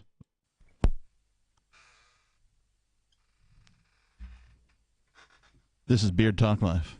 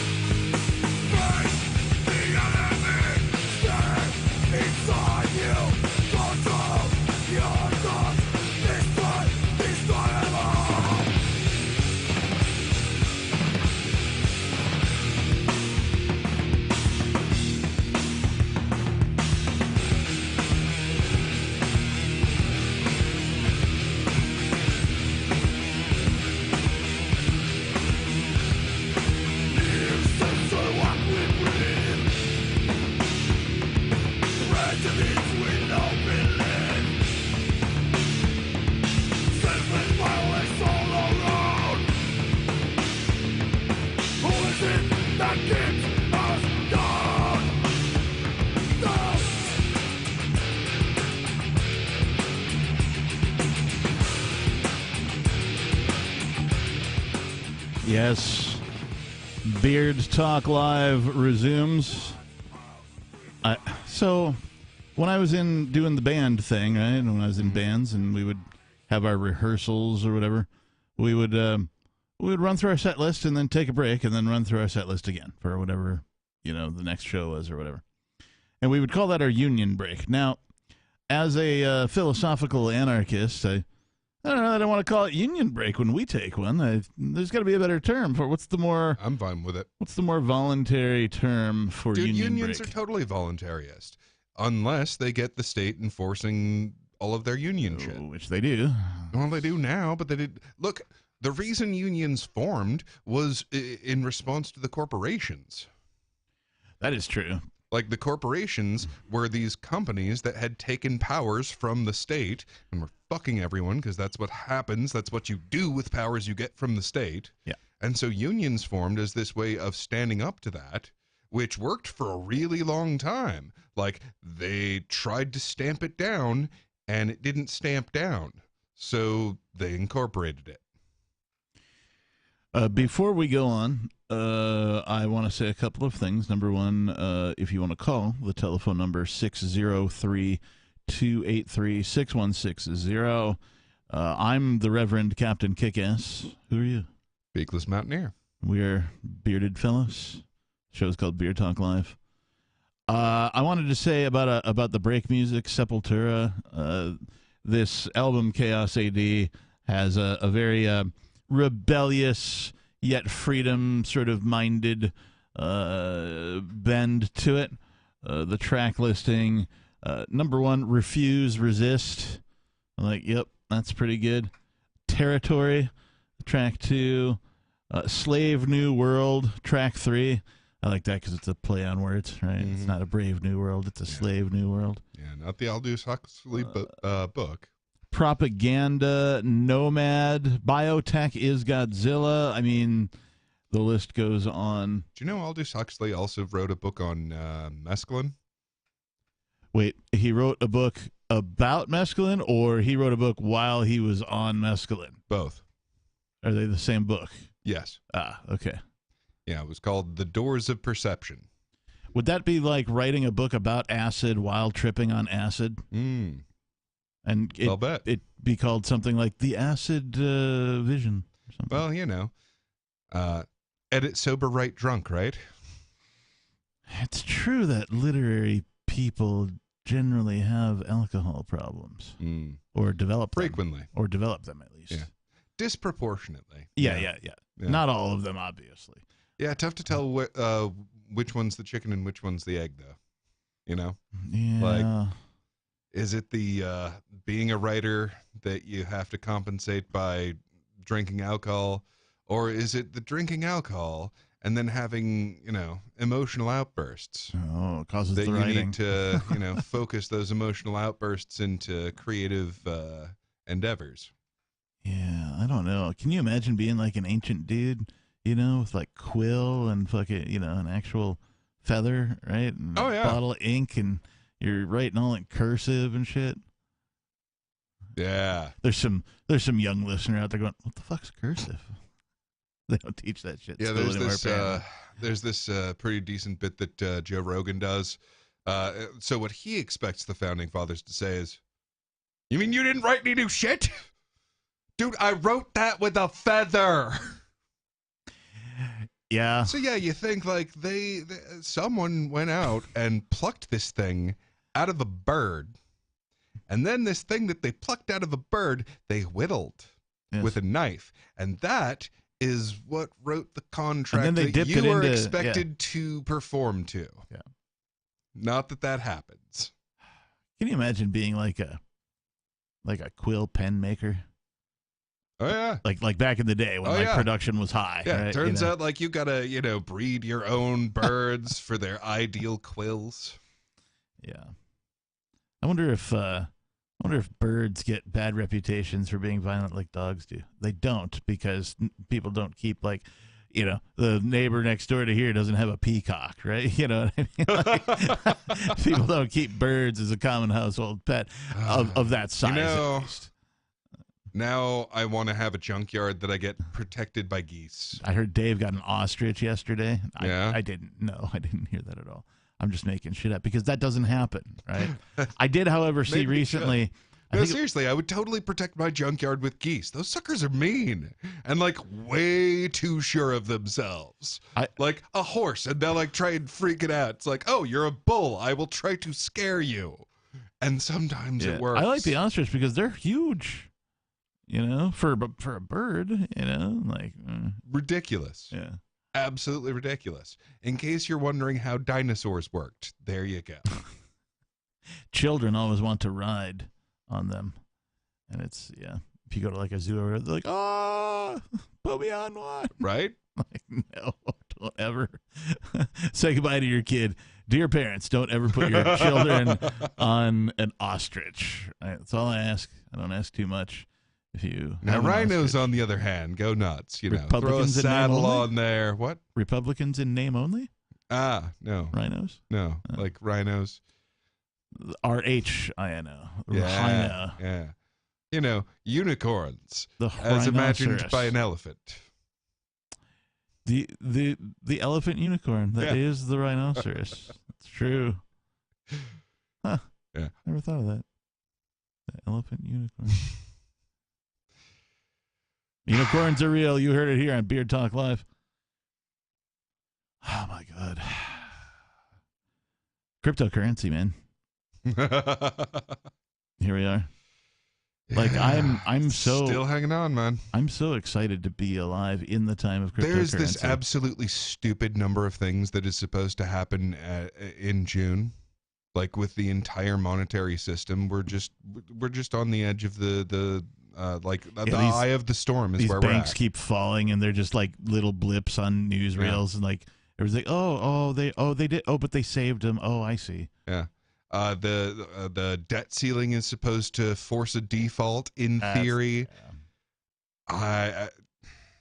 That's supposed to happen while another there's just so many things. There's so many things that happen like June 1st. Like as soon as June 1st happens, it's like this tremendous shitstorm in the entire financial world. Wow. Yeah. I mean, I know of these things of which you speak. I just didn't understand until you mentioned it. That why is June 1st? I have absolutely no idea. It's the exact halfway mark in the year, right? Is it? 6 months, right? June is the 6th month. Yeah. Yeah, that figures. No, I guess halfway would be would be July 1. Oh yeah, there you go. Be at the end of the 6th month. Mm-hmm. Yeah. So that's weird. But yeah, no, it's this tremendous rash of shit that's all supposed to happen in the entire like financial sector, the cryptocurrency sector, like everything. And we'll see. We'll see. I mean, we just watched a whole bunch of banks fall. And they keep falling. Right. They haven't stopped. Is what I'm saying, right? I kind of feel like the way it's going, I kind of feel like they're being knocked down sequentially on purpose. Yeah. I don't have any evidence of that. I just say that because it seems highly unlikely that banks would collapse, in this sort of cadence of, there's one. Yeah. Oh, there's another. So, that's not how financial collapses. They're not called collapses because they're very staggered and it's a slow drip. No, it's a collapse because it collapses. Yeah. The whole fucking thing. We saw it in 2008. These are being sacrificed. I mean, we have a controlled economy. It is a very controlled economy. These things are not being done on accident. This isn't something that's happening to the banks. This is something that the banks are performing. Like, they fattened up First Republic Bank and then fed it to the largest of them. Right. That just happened. It was illegal, but it just happened. Yep. Like, they took their tithe from the other banks to feed to the head bank. Right. Like, you just have to think about, like, movies about drug lords and, like, gangs. Like, how they lay down a new set of laws. That's exactly what we're watching. Like, one of the new sets of laws that they laid down is no one is allowed to touch cryptocurrency. Like they just executed all of the known ones that are like they're made men, so to speak. You know what they did, but though, they touched that, crypto. What they did though by doing that is they sort of they screwed themselves because they're isolating themselves from the technology. They don't have any options. No, I know, but what I'm saying is that in the long run, that's a good move. Not for banks, not for the dollar, but for cryptocurrency, because what they're doing is they're locking themselves out of the technology. So the technology is going to go elsewhere and continue to be developed. Right. And then, so the U.S. of A. is saying we don't want first mover advantage when it comes to this new technology. We don't want first mover advantage when it comes to the wealth that this is going to create. They're saying no. We believe that our shitty fucking dollar, right? The world's most, talk about the world's worst shitcoin. Talk about a shitcoin. Yeah, the United States and dollar. And that's what they bet everything on, is people will continue to want the world's worst shitcoin instead of provably functional monetary systems. I mean, as long as they keep threatening people with bombs and shit, that'll probably be the case. Well, but it's like cryptocurrency is going to outpace the growth of the feature set alone of the dollar. It already is outpacing the dollar in feature set. Well, so here's one of the issues that's going on right now. So there's a block of countries being formed with like BRICS or whatever, right? And that, like, it's a bunch of tyrannical fuckheads, right? So who knows how organized they're going to be. But if they can pull their shit together long enough to create a currency, then they basically force this into a prisoner's dilemma, right? So the Western system's been squabbling amongst itself between the corporate American system, which is fundamentally fascist, and the European system that is the UN system that is fundamentally communist. Mm-hmm. But here's this other, like, recognizable in their world, say, currency system that might emerge. Because cryptocurrency is not something they can recognize. It's not something that communicates to their universe. Right. But here's something that seems to be being formed. And if that happens, for one, they have to put aside their petty squabbles and realize that communism and fascism are the same thing. And the other thing is it puts the Western and Eastern systems in a prisoner's dilemma.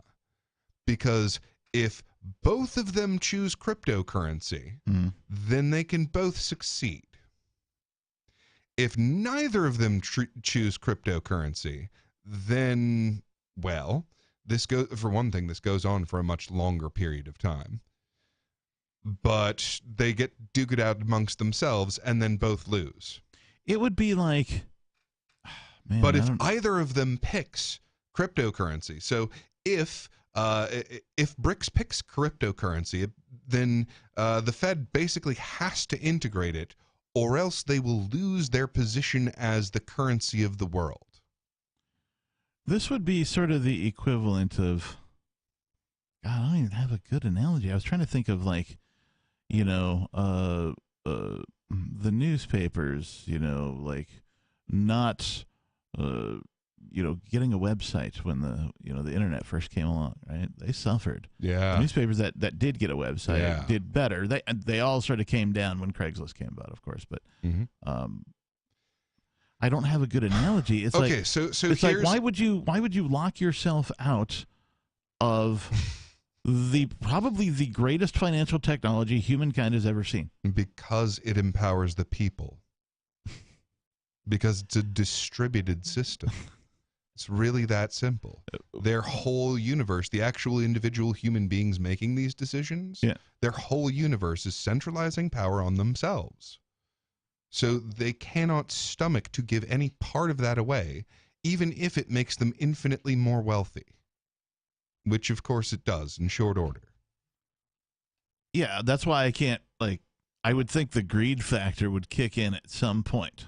Particularly for the political, the people in political power within the United States, right? I would think that particularly the level of corruption that exists would draw these greedy motherfuckers to be like, no, we've got to befriend Bitcoin, and we've got to allow Bitcoin, and, you know.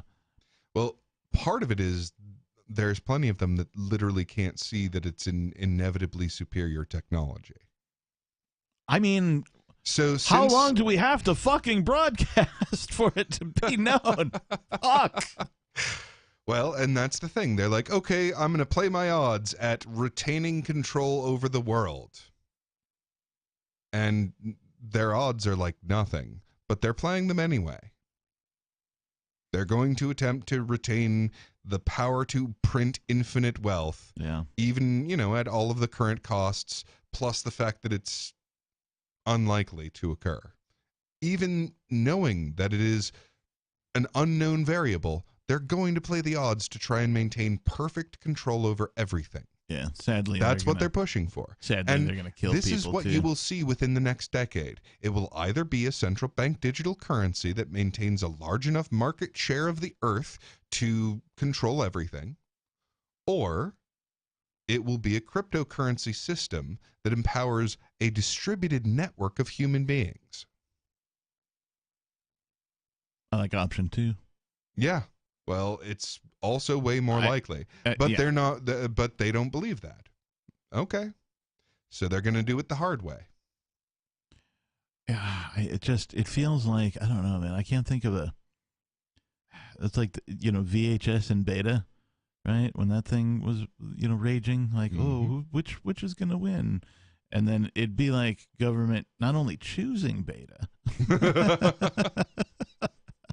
but claiming that through their, omnipotence, it will forever reign supreme.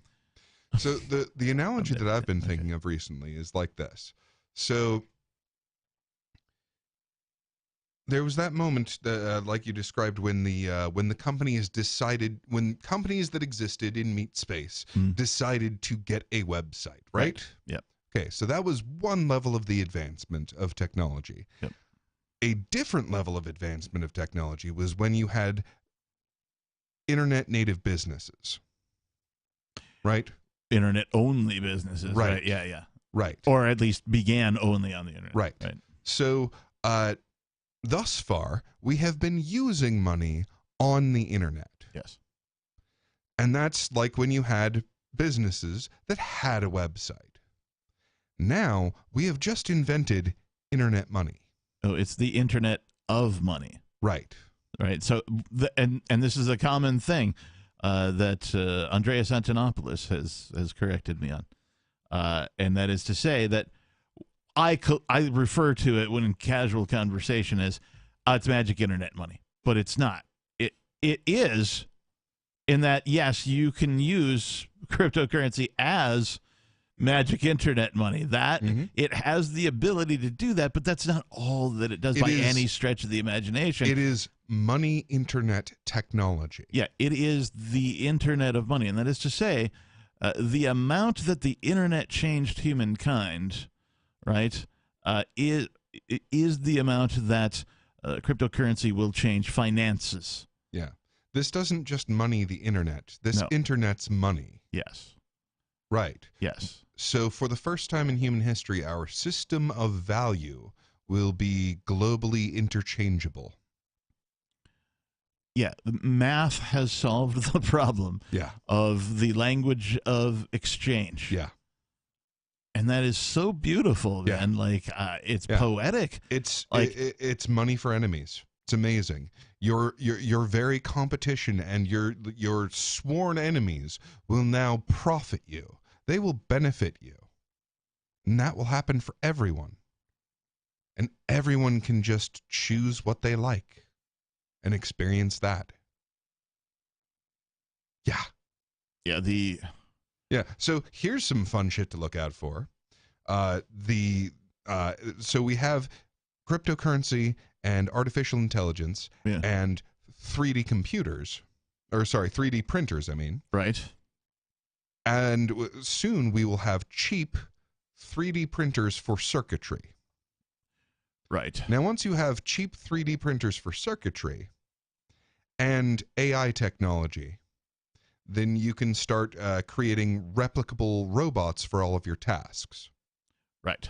And of course, since we Not have to mention fabricate your own factory to build them in. Right. With the 3D printers. Right. And since the nature of proof of work, cryptocurrencies, is energy for money, you have the energy that's being spent on any given endeavor controlled by the money that it gets sent. Yeah. From, anyone on Earth at any time. So the energies spent on the endeavors of the world will be the things that human beings want done.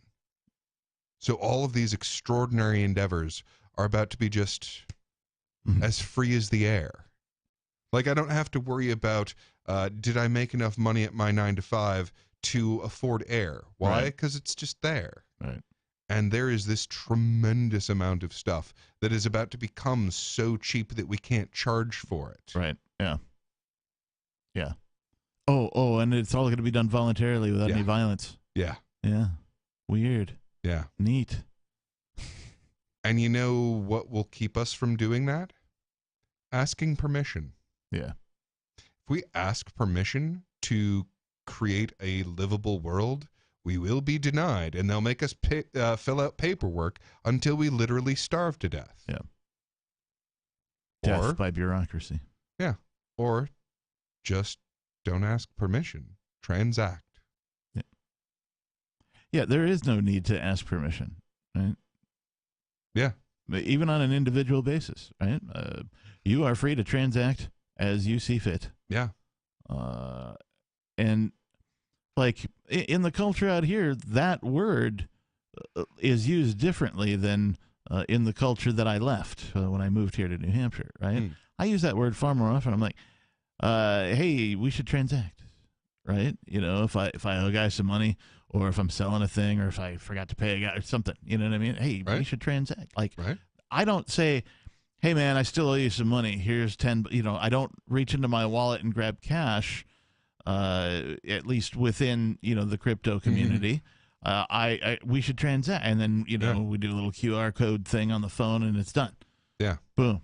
And the remarkable thing about this is we literally have the power to talk each other until our debts are forgiven. That's what this is. Now, we had to harness a whole ass internet to do it, but we figured out a way that just people can talk to each other until all of our debts are forgiven. Now, we had to harness mathematical algorithms in order to get this thing to work. But, I mean, this is beyond money. Oh, definitely. Yes. Money is just sort of the first killer app. Yeah. Right? The ability to exchange value in a permanent record sort of way is just the first killer app. It can do so much more. Right. It can be a lot of science fiction films talk about a repository, if you will, for all human knowledge. Mm-hmm. It can be that. Like right now, people just need to start uploading shit to it, and it would totally could totally be that. Oh, the Akashic records. They're the records of everything that exists. And it's like, actually, we can start that now. Yeah. A real one. Yeah. Yeah. That will last beyond, all of our lives. Mm-hmm. Yeah. And the beautiful thing about this is that, so it's a recipe for an infinite set of societies, because every given society can have their own monetary system. Yeah. And that monetary system can interact with the rest of the universe's monetary systems in whatever way everyone agrees to. And whenever one becomes unnecessary, it goes away. But whenever another one becomes necessary, it appears because the market demands it. Right. Right. Yeah. So the recognition of value from everyone on Earth, that's what's available now. And as a result of that, if we just do it already, then we can just create these incredible systems that automatically fulfill all of our needs. Yeah. Like, that's literally within arm's reach right now. And all we have to do is just do it. Yeah. Like, we just have to get the fuck out of the way of talking to each other. And all of this is available. What's interesting to me is, like, I think there's enough code in the world that's been written on how to integrate cryptocurrency into existing systems. Just the banks that have participated in some of these cryptocurrency companies' feature offerings, like the crypto debit card and that kind of thing, they have gathered an enormous amount of information and also implemented an enormous amount of things that people were using. Call it a beta test, whatever you want. There is enough code that exists on the existing system interacting with cryptocurrency that you could effectually, if you knew how, put an AI bot to the task of creating something like an app that will integrate with your business's point of sale system, your cash register system, that will allow you to take and receive cryptocurrency. Like some kid, some like 8-year-old kid right now is sitting in a bedroom, figuring out how to do this, right? He's talking to the AI chat bot, and he's going to make it really fucking easy for, everybody to integrate this shit. And you could customize it to whatever your business's needs and wants and all that shit are. And it's just going to be through giving it some information. Oh, you use your cash register in this way. Okay, we understand. And now here's an app where you can accept crypto. Like, that exists. The amount of information in the world exists to make all of that happen already. It's just people outside of the United States are the only ones who could put it together now. Yeah. Because of the persecution of all things crypto. Yeah. And it's weird because on the one hand, I am trying to find a way to circumvent this, but it may just be an inevitable part of the whole, the richest has to become the poorest. I mean, that's the way these things work. Yep. The first becomes last and the last becomes first. The cellular technology is exactly what got engaged in Africa. Yeah. Not the telegraph technology, not the telephone poles, which was just an advancement of the telegraph technology, not the fiber optics. Right. No, they skipped all the way to the cellular technology. Yeah. And the exact same thing is going to happen with the financial system. Yeah. Like, they're just going to skip into a post-NASDAQ world. Yeah. Yeah, it's I saw a meme a long time ago, and it's a picture of a Little House on the Prairie style covered wagon being pulled by a horse, and then it's got like a rope tied around it, and it's labeled government, right? And then the other end of the rope is tied to something in the sky that resembles the Starship Enterprise, and that says cryptocurrency. And I think that is a brilliant illustration. I mean, fiat currency, that is to say currency of governments, right, is the equivalent of the horse and buggy, as Bitcoin is the equivalent of scientific advancements beyond your capability of understanding. Yeah. Right? That's how big the divide is between fiat currency and cryptocurrency. Cryptocurrency is such a superior technology in every way, shape, or form that we're only talking about it currently, even today, in a financial sense. It can do so much more than financial shit. Well, the thing is, once it actually is allowed to do financial shit, then it does everything. Because that's the thing about the monetary system. It's one half of everything that gets done. I mean, sure, there's some side projects, right? There's some barter. Yeah. But all in all, in sociological, civilizational level terms, half of every transaction is money. So if you fuck up the money, you fuck up everything. If we unfuck the money, then we unfuck everything. Yeah, that's true. Now, like, on top of that, there's literally whole worlds of possibility that the technology opens up. But we also, just in the financial side of it, get to unfuck all of human civilization. Let's do this thing. Beard Talk Live. Who the fuck is this? This is the real McCoy. The real McCoy. How do we know you're the real McCoy, not just some other fake McCoy saying he's the real McCoy? Well, you'll never know. If and you don't know by now. That's an answer. I'll accept it. Yeah. Well, I could always call in and say, hey, what is real? What is reality? I think, therefore I am. I am. I therefore I think I'm not. Blah, blah, blah, blah, blah. That same old bull crap.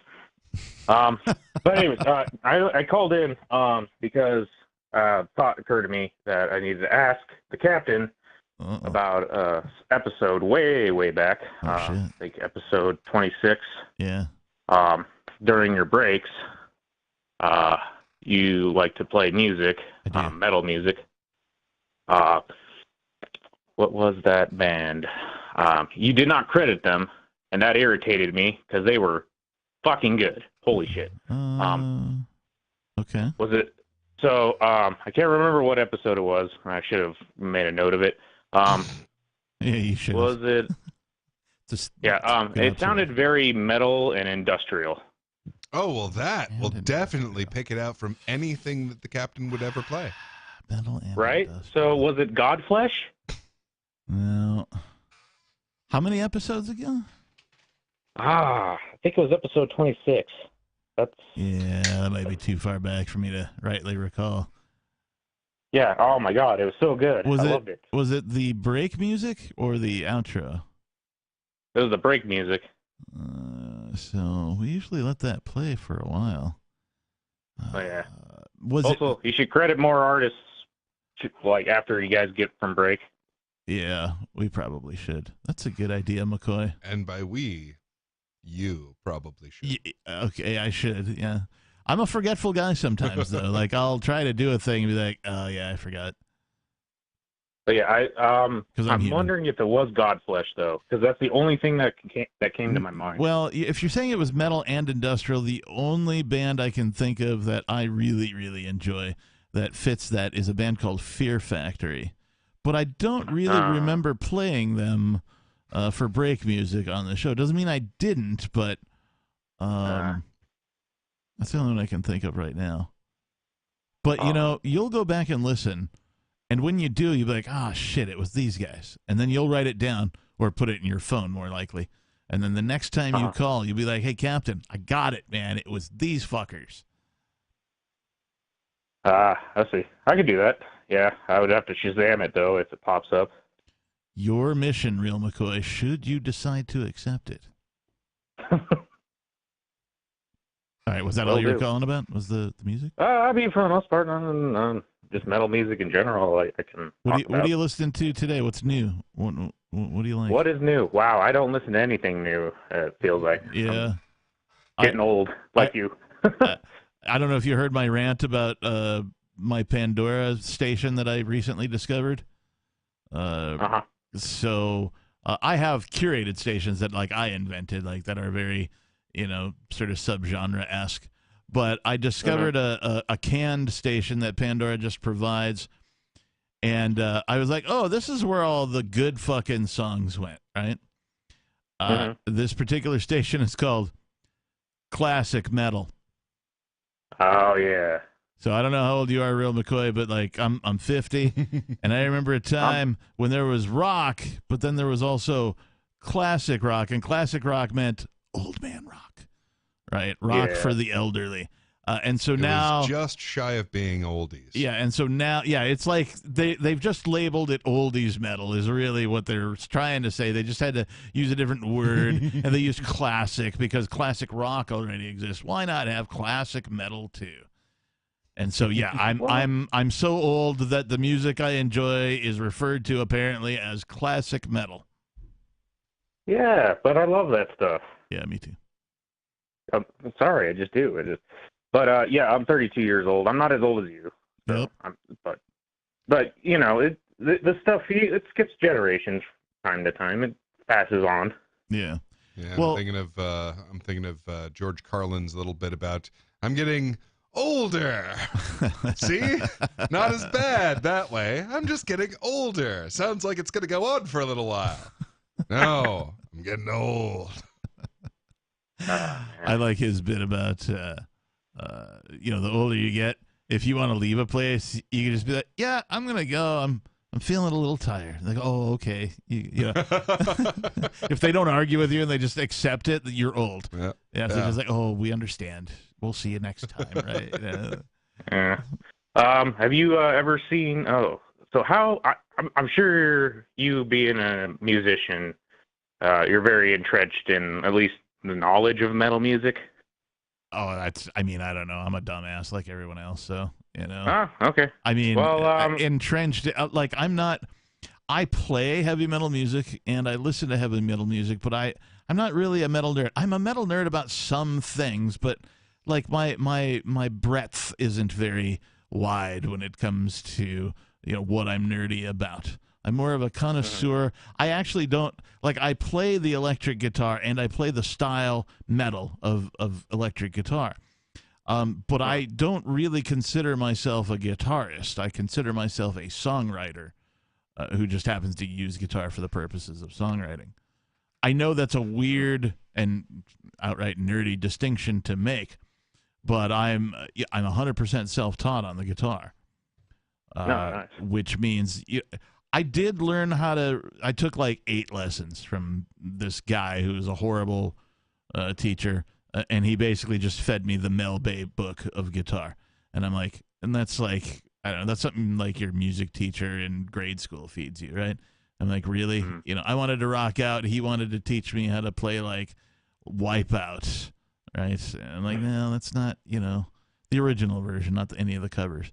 And so this guy actually played in a band for a stadium back in the day when stadiums had their own bands, I guess. And I don't recall ever hearing guitar coming out of like a stadium orchestra.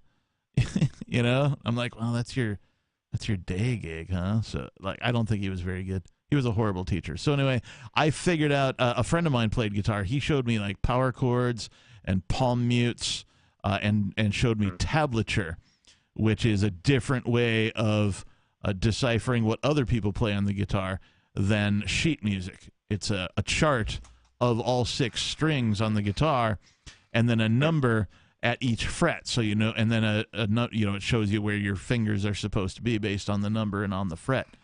And so it's pretty easy. Whereas reading sheet music and then also understanding where those notes are on the guitar and then being able to translate those visually while sitting in front of it is something I cannot do. Right? There are musicians that I have the utmost respect for, even though I don't like their style of music, who can read sheet music and translate it to the guitar and far out solid and right on. I'm just not capable of that. My brain won't allow that to occur for some reason. I don't know. Maybe it's a learning deficiency or whatever. But I hit the strings. Shit sounds good. I do it in time to beats. I'm enough of a techie that I know how to record. I know how to mix. I did go to school for audio engineering. I don't claim to be an audio engineer, even though that's what I went to school for. I did learn a whole bunch of shit, but like to say that I'm an audio engineer, I think is a stretch. There's a whole bunch of other dudes out on planet Earth that are far superior in technical skills to me when it comes to audio engineering. Doesn't mean I don't have fun with it. I still have fun with it, and I'm good enough to put forth a professional effort, right? And oftentimes when it comes to music, if you can put forth a professional effort, that is what is most important. Some of the best albums have been written that are some of the simplest songs to play. The melodies are simple, but you get that hook. And the other thing I like to do with music is I like to use space. So I call it stop-start. We'll be jamming along, getting through a thing, and then stop, and then start jamming again, and jam along, and then stop, and then jam along. I use space in my music far more frequently, I think, than other people do when I'm writing songs. Does that answer your question? I know that was a long-winded shit, and I don't even remember what your question was, so I apologize. No, that's fine. No, yeah, pretty much. But do you like documentaries? Sometimes, if they're good. Do you like documentaries on metal? Again, sometimes, if they're good. Do you have one in mind? Yeah, it's a little bit dated, but from the 2011, but you may have seen it. It's called Metal Evolution. Have you? No, I have not seen that one. Okay, so it is directed by a guy named Sam Dunn, and he made a miniseries. How many episodes? 10, 12? 12 episode documentary. Okay. First one's pre-metal, and then there's early metal part 1, U.S. division. Okay. That's episode 2. 3 is early metal part 2, UK division. Right. Episode 4, new wave of British heavy metal, which is your the NWBH. Iron Maiden. Yep.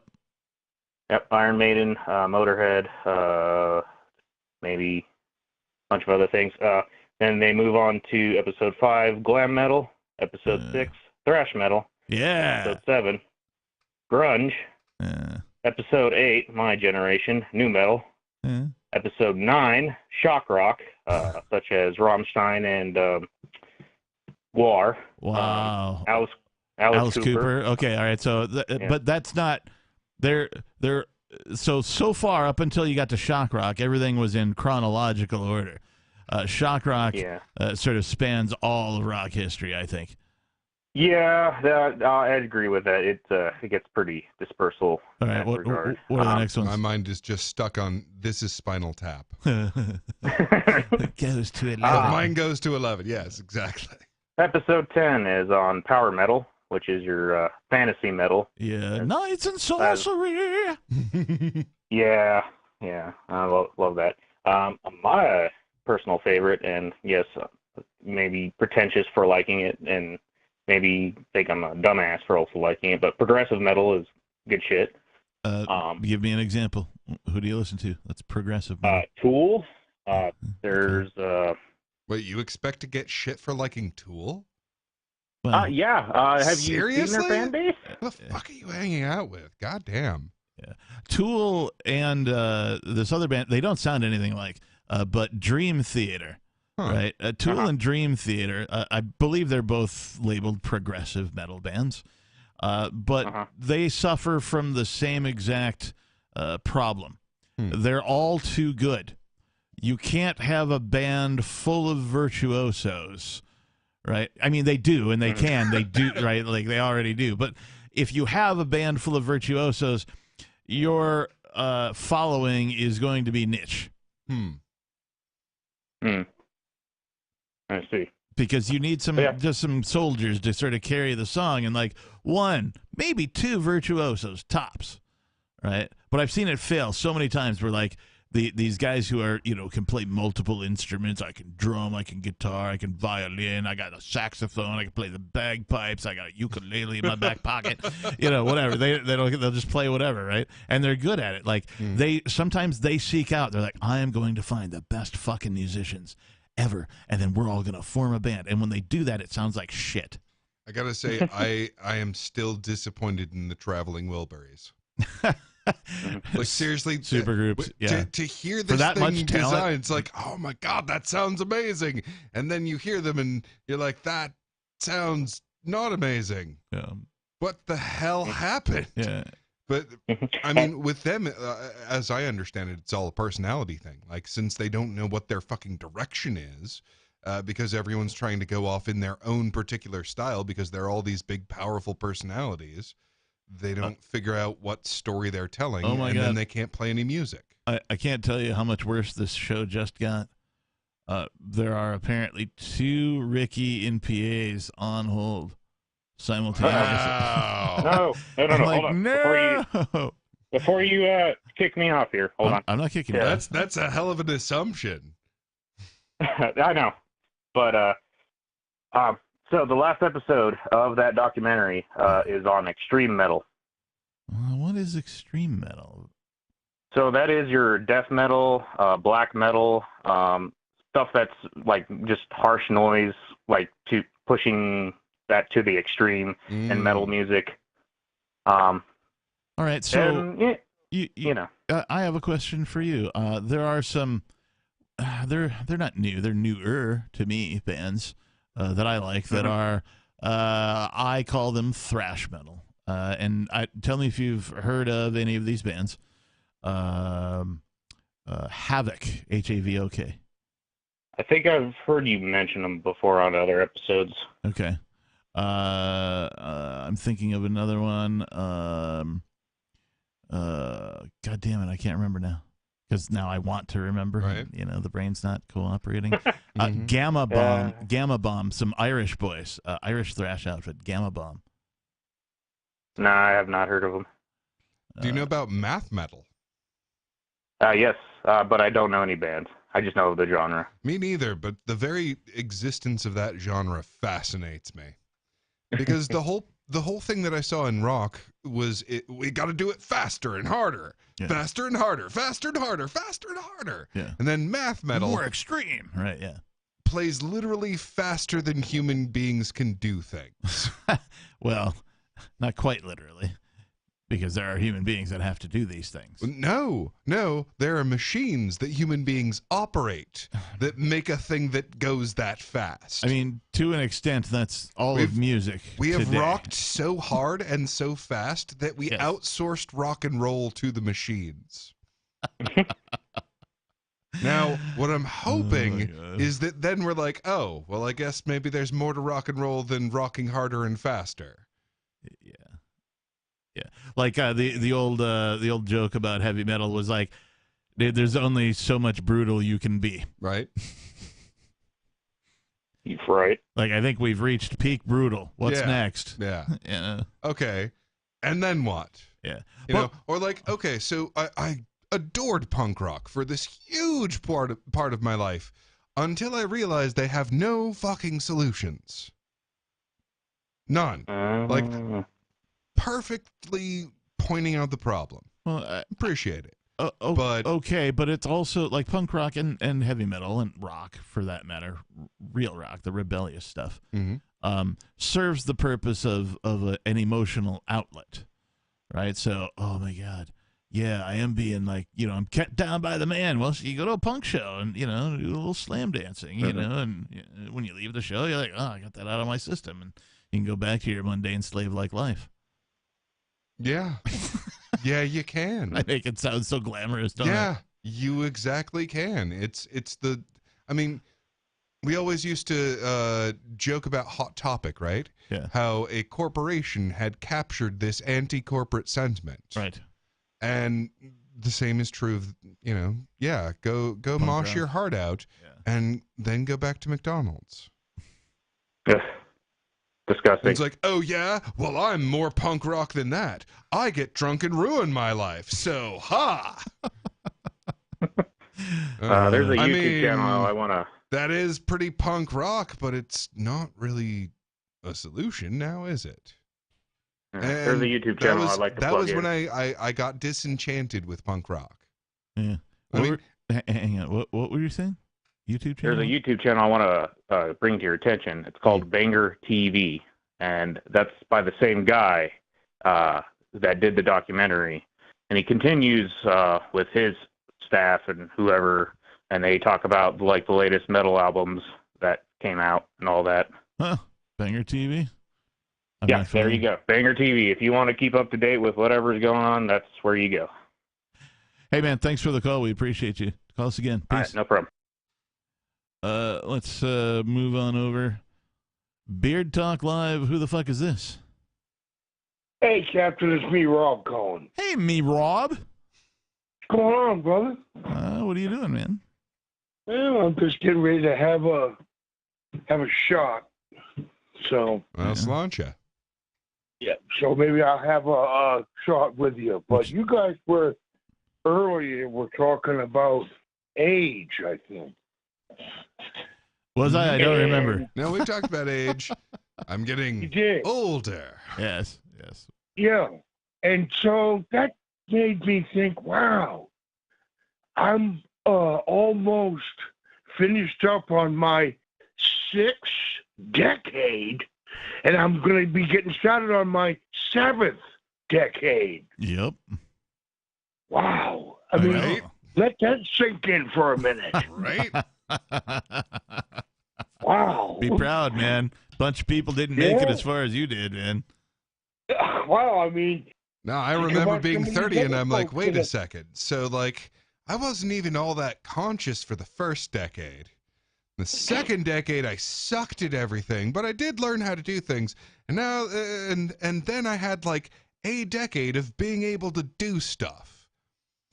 And now I have like 5 more of these? Holy shit. I don't know. It took me a while to catch on to some of that stuff, because I'm not the brightest star in the sky, but I'm there. Yeah, I'll As tell you- illustrated by your poor analogy.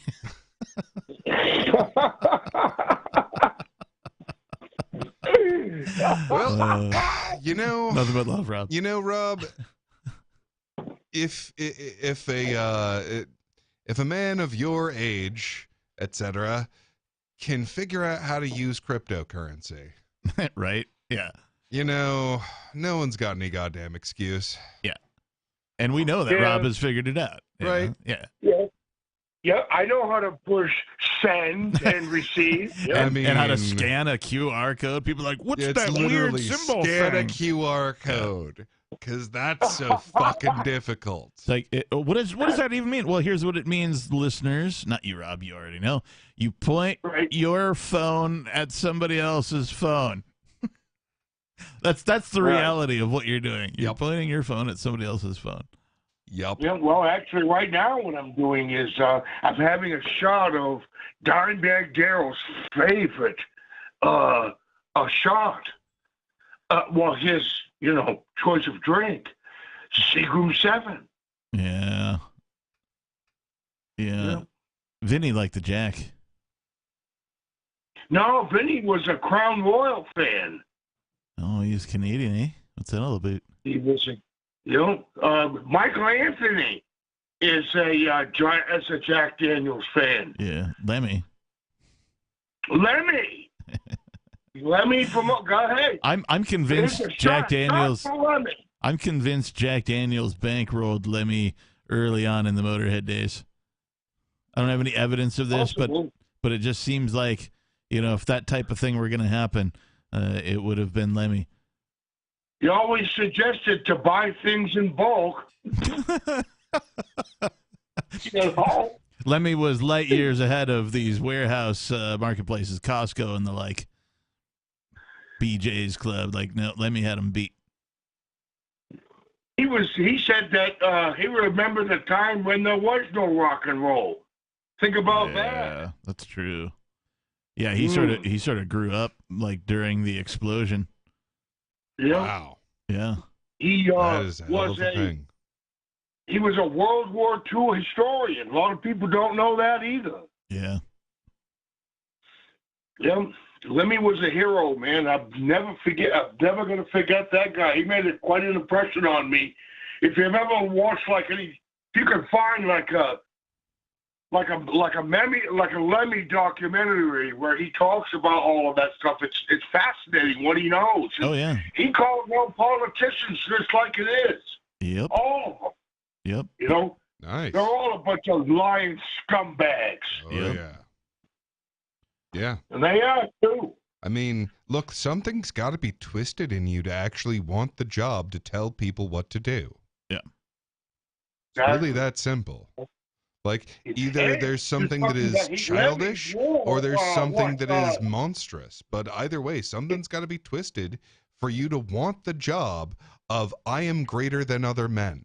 Yep. I don't know. It's all a mystery to me. I don't get it. I mean, people want to control one another and Now, here's what I don't I'm fucking not get, that man, big. is there's this shit ton of people who want to be told what to do.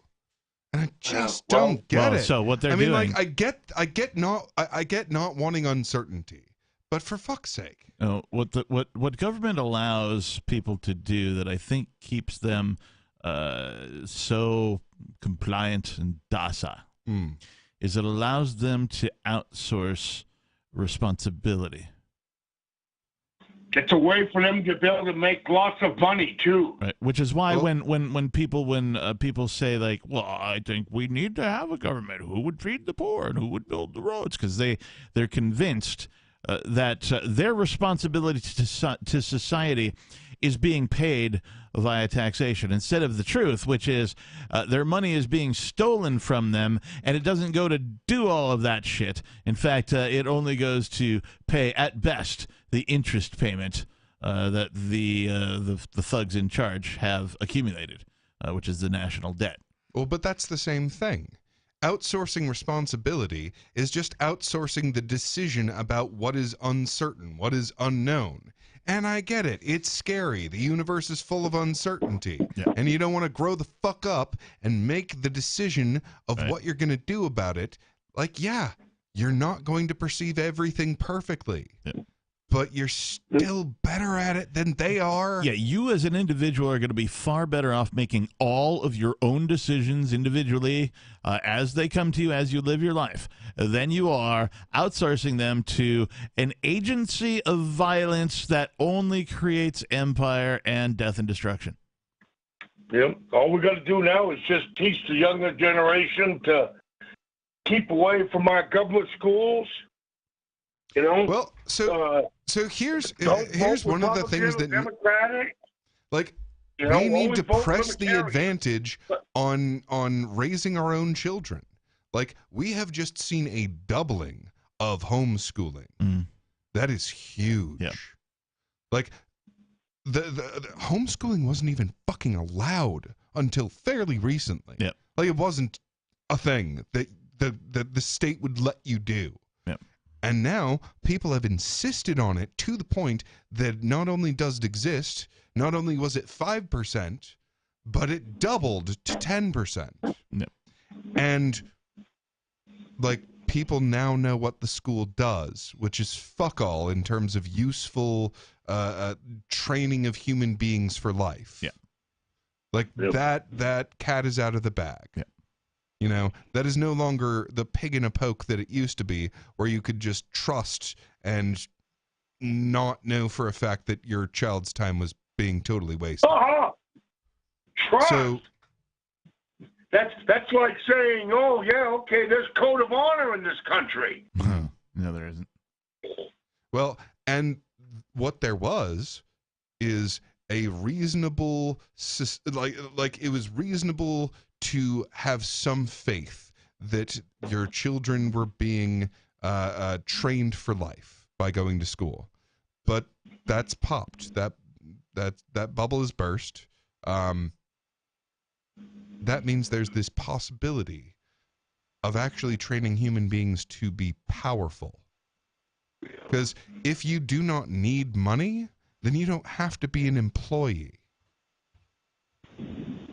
And that's why they don't teach you how to do finances. That's why they don't even teach you how to pay your taxes. Right, yeah. You'd think that the government school would teach you how you're supposed to interact with government. No. And they don't. You think that our Because government even school that, would teach?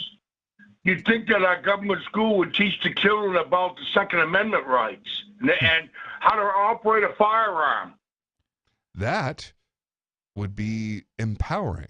Yeah, it's true. Well, I mean, there was a time because when, you know, back in the 60s and 70s, from my era, where, you know, guys would come to school with their shotguns and they were putting their backseat of their trucks. They never went off. Nobody ever said, oh, I'm going to go out and get my gun and solve this. Well, and from a military perspective, you know, sort of general military strategy 101, rule 1 is the most difficult place to conquer is one with a heavily armed populace. Mm-hmm. That's military strategy 101. Every military combat person has come across a phrase that resembles that at some point in their lives. And it is true. So if your government, wherever you are, wherever you're listening, if your government were really concerned about some other country coming in and taking over, the first thing they would do is arm the population. And since at least in the United States, we have a government that continually seeks to disarm its population, you know that their intentions toward you are not honorable. Oh, I agree with you on that. You know, I don't know, the people that are in this country now, they own this country. It was bought and paid for a long time ago, like what George Carlin said. Yeah. Mm-hmm. You know, our founding, fathers or our founding, likenesses, they all built this country. They left England because they were tired of the fucking tax shit. And then the other fucking things that they were doing to people. Yep. So here's something interesting, though. So in the financial world, up until now, the most insider people, the people that had the best advantage in knowing the new technologies of the financial world, were the people that were already close to the people making the tax laws. So they got the inside scoop on which tax laws were about to be created. Yep. But for the first time, the people who are the insiders on what the financial world has in store are the people that are the furthest from government.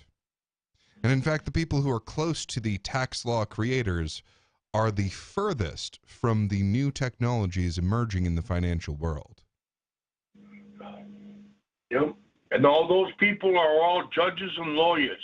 Yeah. Ones that make fucking laws in the United States. And those are the ones that do all the sick shit to us because they think that they live in a privileged class. Mm-hmm. And that's, okay, speaking of sick shit for just 1 second. So there are a whole bunch of people that have done a lot of sick shit to prove that they were loyal to a bunch of psychopaths. Yes. And now those psychopaths are not going to have the power. So there's this massive rash of sick shit that human beings have been engaging in that is just going to disappear from the face of the earth. Because speaking my language. It was only being done to pacify monsters, and the monsters no longer have the ring of power.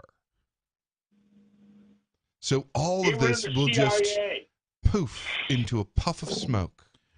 You mean the Cocaine Importation Administration? Yeah. Exactly. The CIA? Oh, yeah. Yep. Yeah, and if you don't think that you have to show some secrets to them to gain the trust of a monstrous organization like that, then you haven't studied. But that organization has just lost its access. All of the power is going to be emerging the furthest away from the CIA. Well, I got something to show them, a goddamn size 12 shoe up in their ass. Yeah, but that's just what JFK said. Yeah, I know, and I'll probably break the fucking thing off, too. Rob's got a little Red Foreman in him from that 70s show. Dumbass. Yeah. But, yeah. Don't make me break my foot off in your ass. Going on in this country. Say what?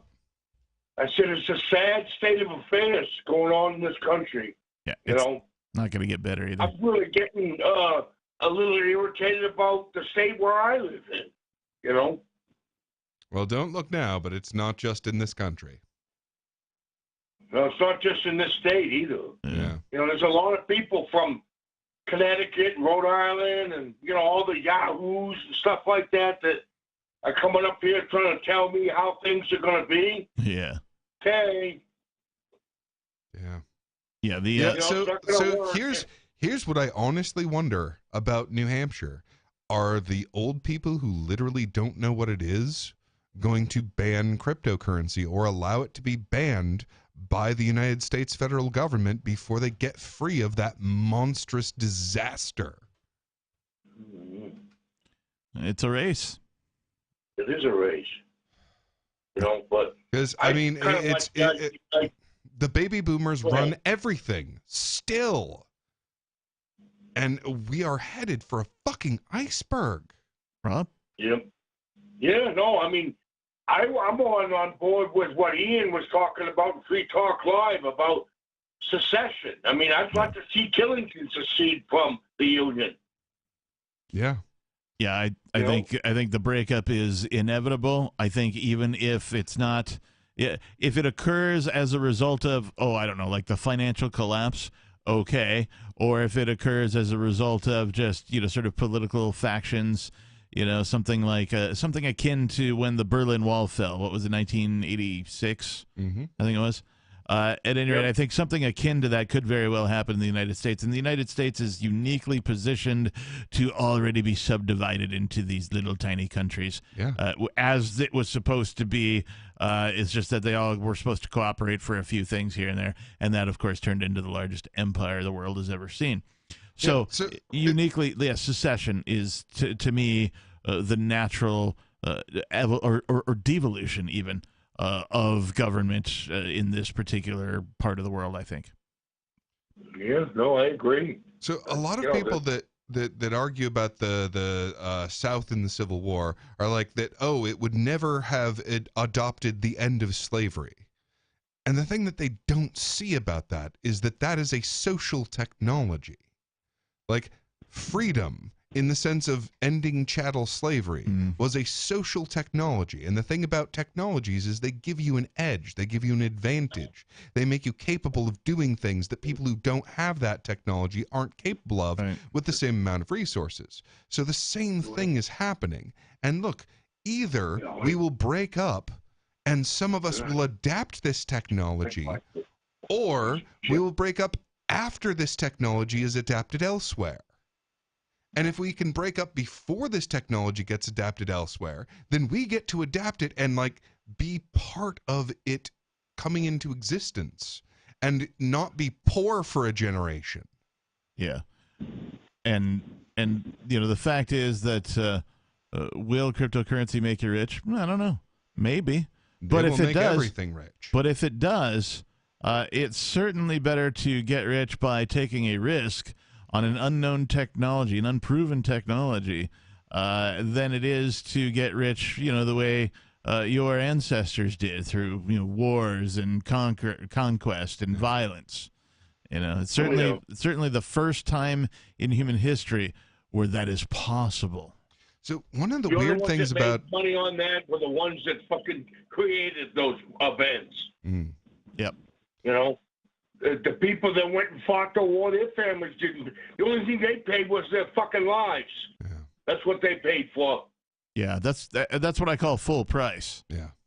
Yeah. They paid full price. Yeah. And for what? Well, maybe it's time that fucking we take some of those politicians. Maybe it's time for them to line up and get that same choice. Well, you ask for what, and that's kind of up to us. Like, how much of a deal they got when they paid their lives is kind of up to what we do with it. So, one of the weird things, just to sort of shift a bit, one of the weird things about investing in cryptocurrency as compared to other forms of investment. So, like, if you invest in gold, like, you're turning your dollars into gold, and then in order to turn that gold into something else, you have to turn it back into dollars, and then turn it into something else. And it being in gold doesn't make it easier to turn it into silver, for example, or into copper. Okay. Whereas, if you put your money in whatever cryptocurrency, then it is going to be easier to turn that into another cryptocurrency than to turn dollars into cryptocurrency. It already is. Right. It's far easier. Right. So I think that there's two other precious metals that are worth more than gold and silver now. Yeah. That's called brass and copper. No, brass and lead. Lead as an ammunition. Yeah. Only in a very particular composition, but yeah. Yeah, and that's one thing. Like, people are like, well, I keep gold just in case the internet goes down. It's like, dude, if the internet goes down, we are in a whole different world, and you are going to want lead, not gold. Yeah. Yeah, but lead, though, Oh no, really, I mean like gunpowder. But you need a projectile. You need something to hold all this all together, like a brass casing. Yep. You know? Yeah, but my point is though that like even if you pick the wrong cryptocurrency, right? As soon as you figure out that you picked maybe not your favorite, you can more easily move one crypto into another than you can, gold into silver or jewelry into land. I've totally done that. Oh, look, it's a new token. Oh, let me read the white paper. Oh, that sounds good. Right. Throw $20 at it. Right. In some other cryptocurrency. Right. And then like, it went down to $18 and it's been 2 years. All right, I'm going to move it out. Right. And I lose my $2 or whatever. But it was incredibly easy to move. Oh, my God. Yeah. Whereas, like, if I invest in a piece of artwork and then I want to take that out and put it into a stock, like, it's this huge process. Yeah. Whereas, nope, dash into Bitcoin Cash, beep, boop. Yep. Done. I have a dozen ways I can do it very easily and very cheaply. And I think that is going to take a long time for people to figure out. Yeah. Well, hopefully sooner than later. What was that, Rob? I said, the sheep are the ones that are going to take the longest. Ones that didn't study up on all of this. I mean, cryptocurrency, I've been listening to all about this for the last 15, 16 years, and it's complicated. It's like going to college. You're going to learn all of this stuff. But I learned from my brothers from Free Talk Live many years ago. That's awesome. Yeah. Just like I'm talking to my brothers now. Much love to all of you guys. Hey, Rob, back at you, man. And thank you for the call. We appreciate you. Have a good night.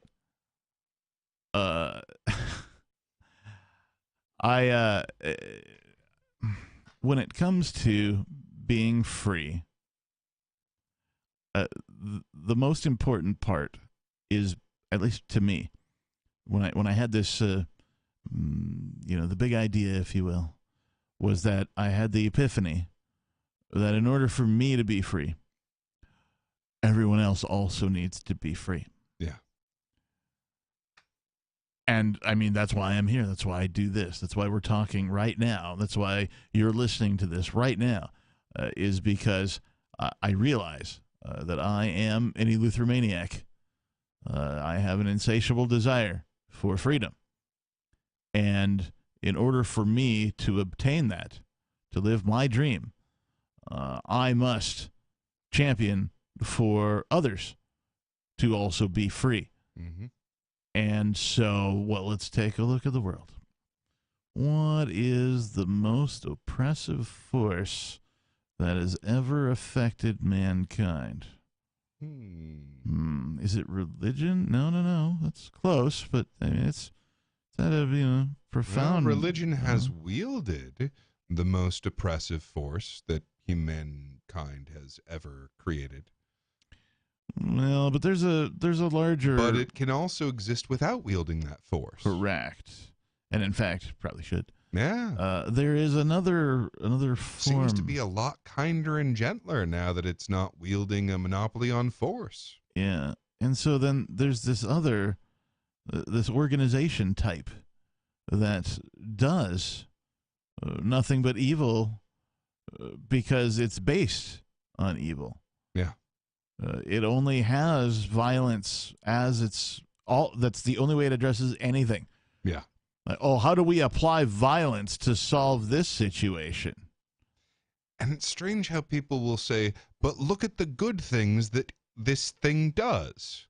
And it's doesn't. Like, well, give the devil his due. It does, in fact, do some good things. Now, not near as many as it stops from being done. And, of course, all those good things are just the human skin on top of the death machine that this Terminator is. It's like putting a cherry on top of a shit sundae. It really is. Like just a big pile of steaming turd with a cherry on top. That's all that is. If there is anything that can be construed as good that comes out of what the organization type government does to human beings, it is only in a narrow scope that you recognize that is good, because what it took to fund that, what it took to make that happen, was in fact evil and not good. You cannot say that something is good if it came about from evil. Well, do you know the phrase how the sausage was made? No. So I don't. So sausage is delicious. Many people enjoy sausage of some kind or another, including hot dogs. Welcome to Sausage But if you Fest. actually watch, like, you know, the slaughter and meat process that goes into creating a sausage, it'll turn your stomach. Yeah, it'll make you not want to eat a hot dog ever again. Yeah. And that is, in fact, how a lot of politicians will describe lawmaking, is you don't want to know how the sausage is made. They want you ignorant. Yeah. Well, and that's the thing. People are willing to turn a blind eye to the other half of the equation. The half of the equation that involves harming innocent people. Yeah. Well, most people are willing to ignore that in order to look at, but we know something for certain. And I don't have to look at the uncertainty of reality and decide for myself. Right. Because that makes me anxious. Yeah. I can instead have this monopoly of force and pretend it's good. We are out of time. Thank you, of course, to all of our callers tonight, all of our listeners. We do appreciate you here at Beard Talk Live. Hold on, I'd like to make one more note on the matter of music. One more note? Yeah, so some of the best music that I've ever experienced. So we'd be all sitting around a campfire with our instruments, and, you know, someone would break into a song that we all kind of knew that has like a nice little midsection that goes off into somewhere. You know, Wagon Wheel, for example. Oh, well, it's a song that we all know, and so we'd all start playing along and singing along. Mm-hmm. And then we'd hit that break, and that break would just last. And everyone would play together because we knew which page we were on. And that is some of the best music I've ever experienced in my life. Yeah, it's you know it's art when time slows down for you when you're on stage. That's when you know it's art. Yeah. Thanks again, everybody. Peace.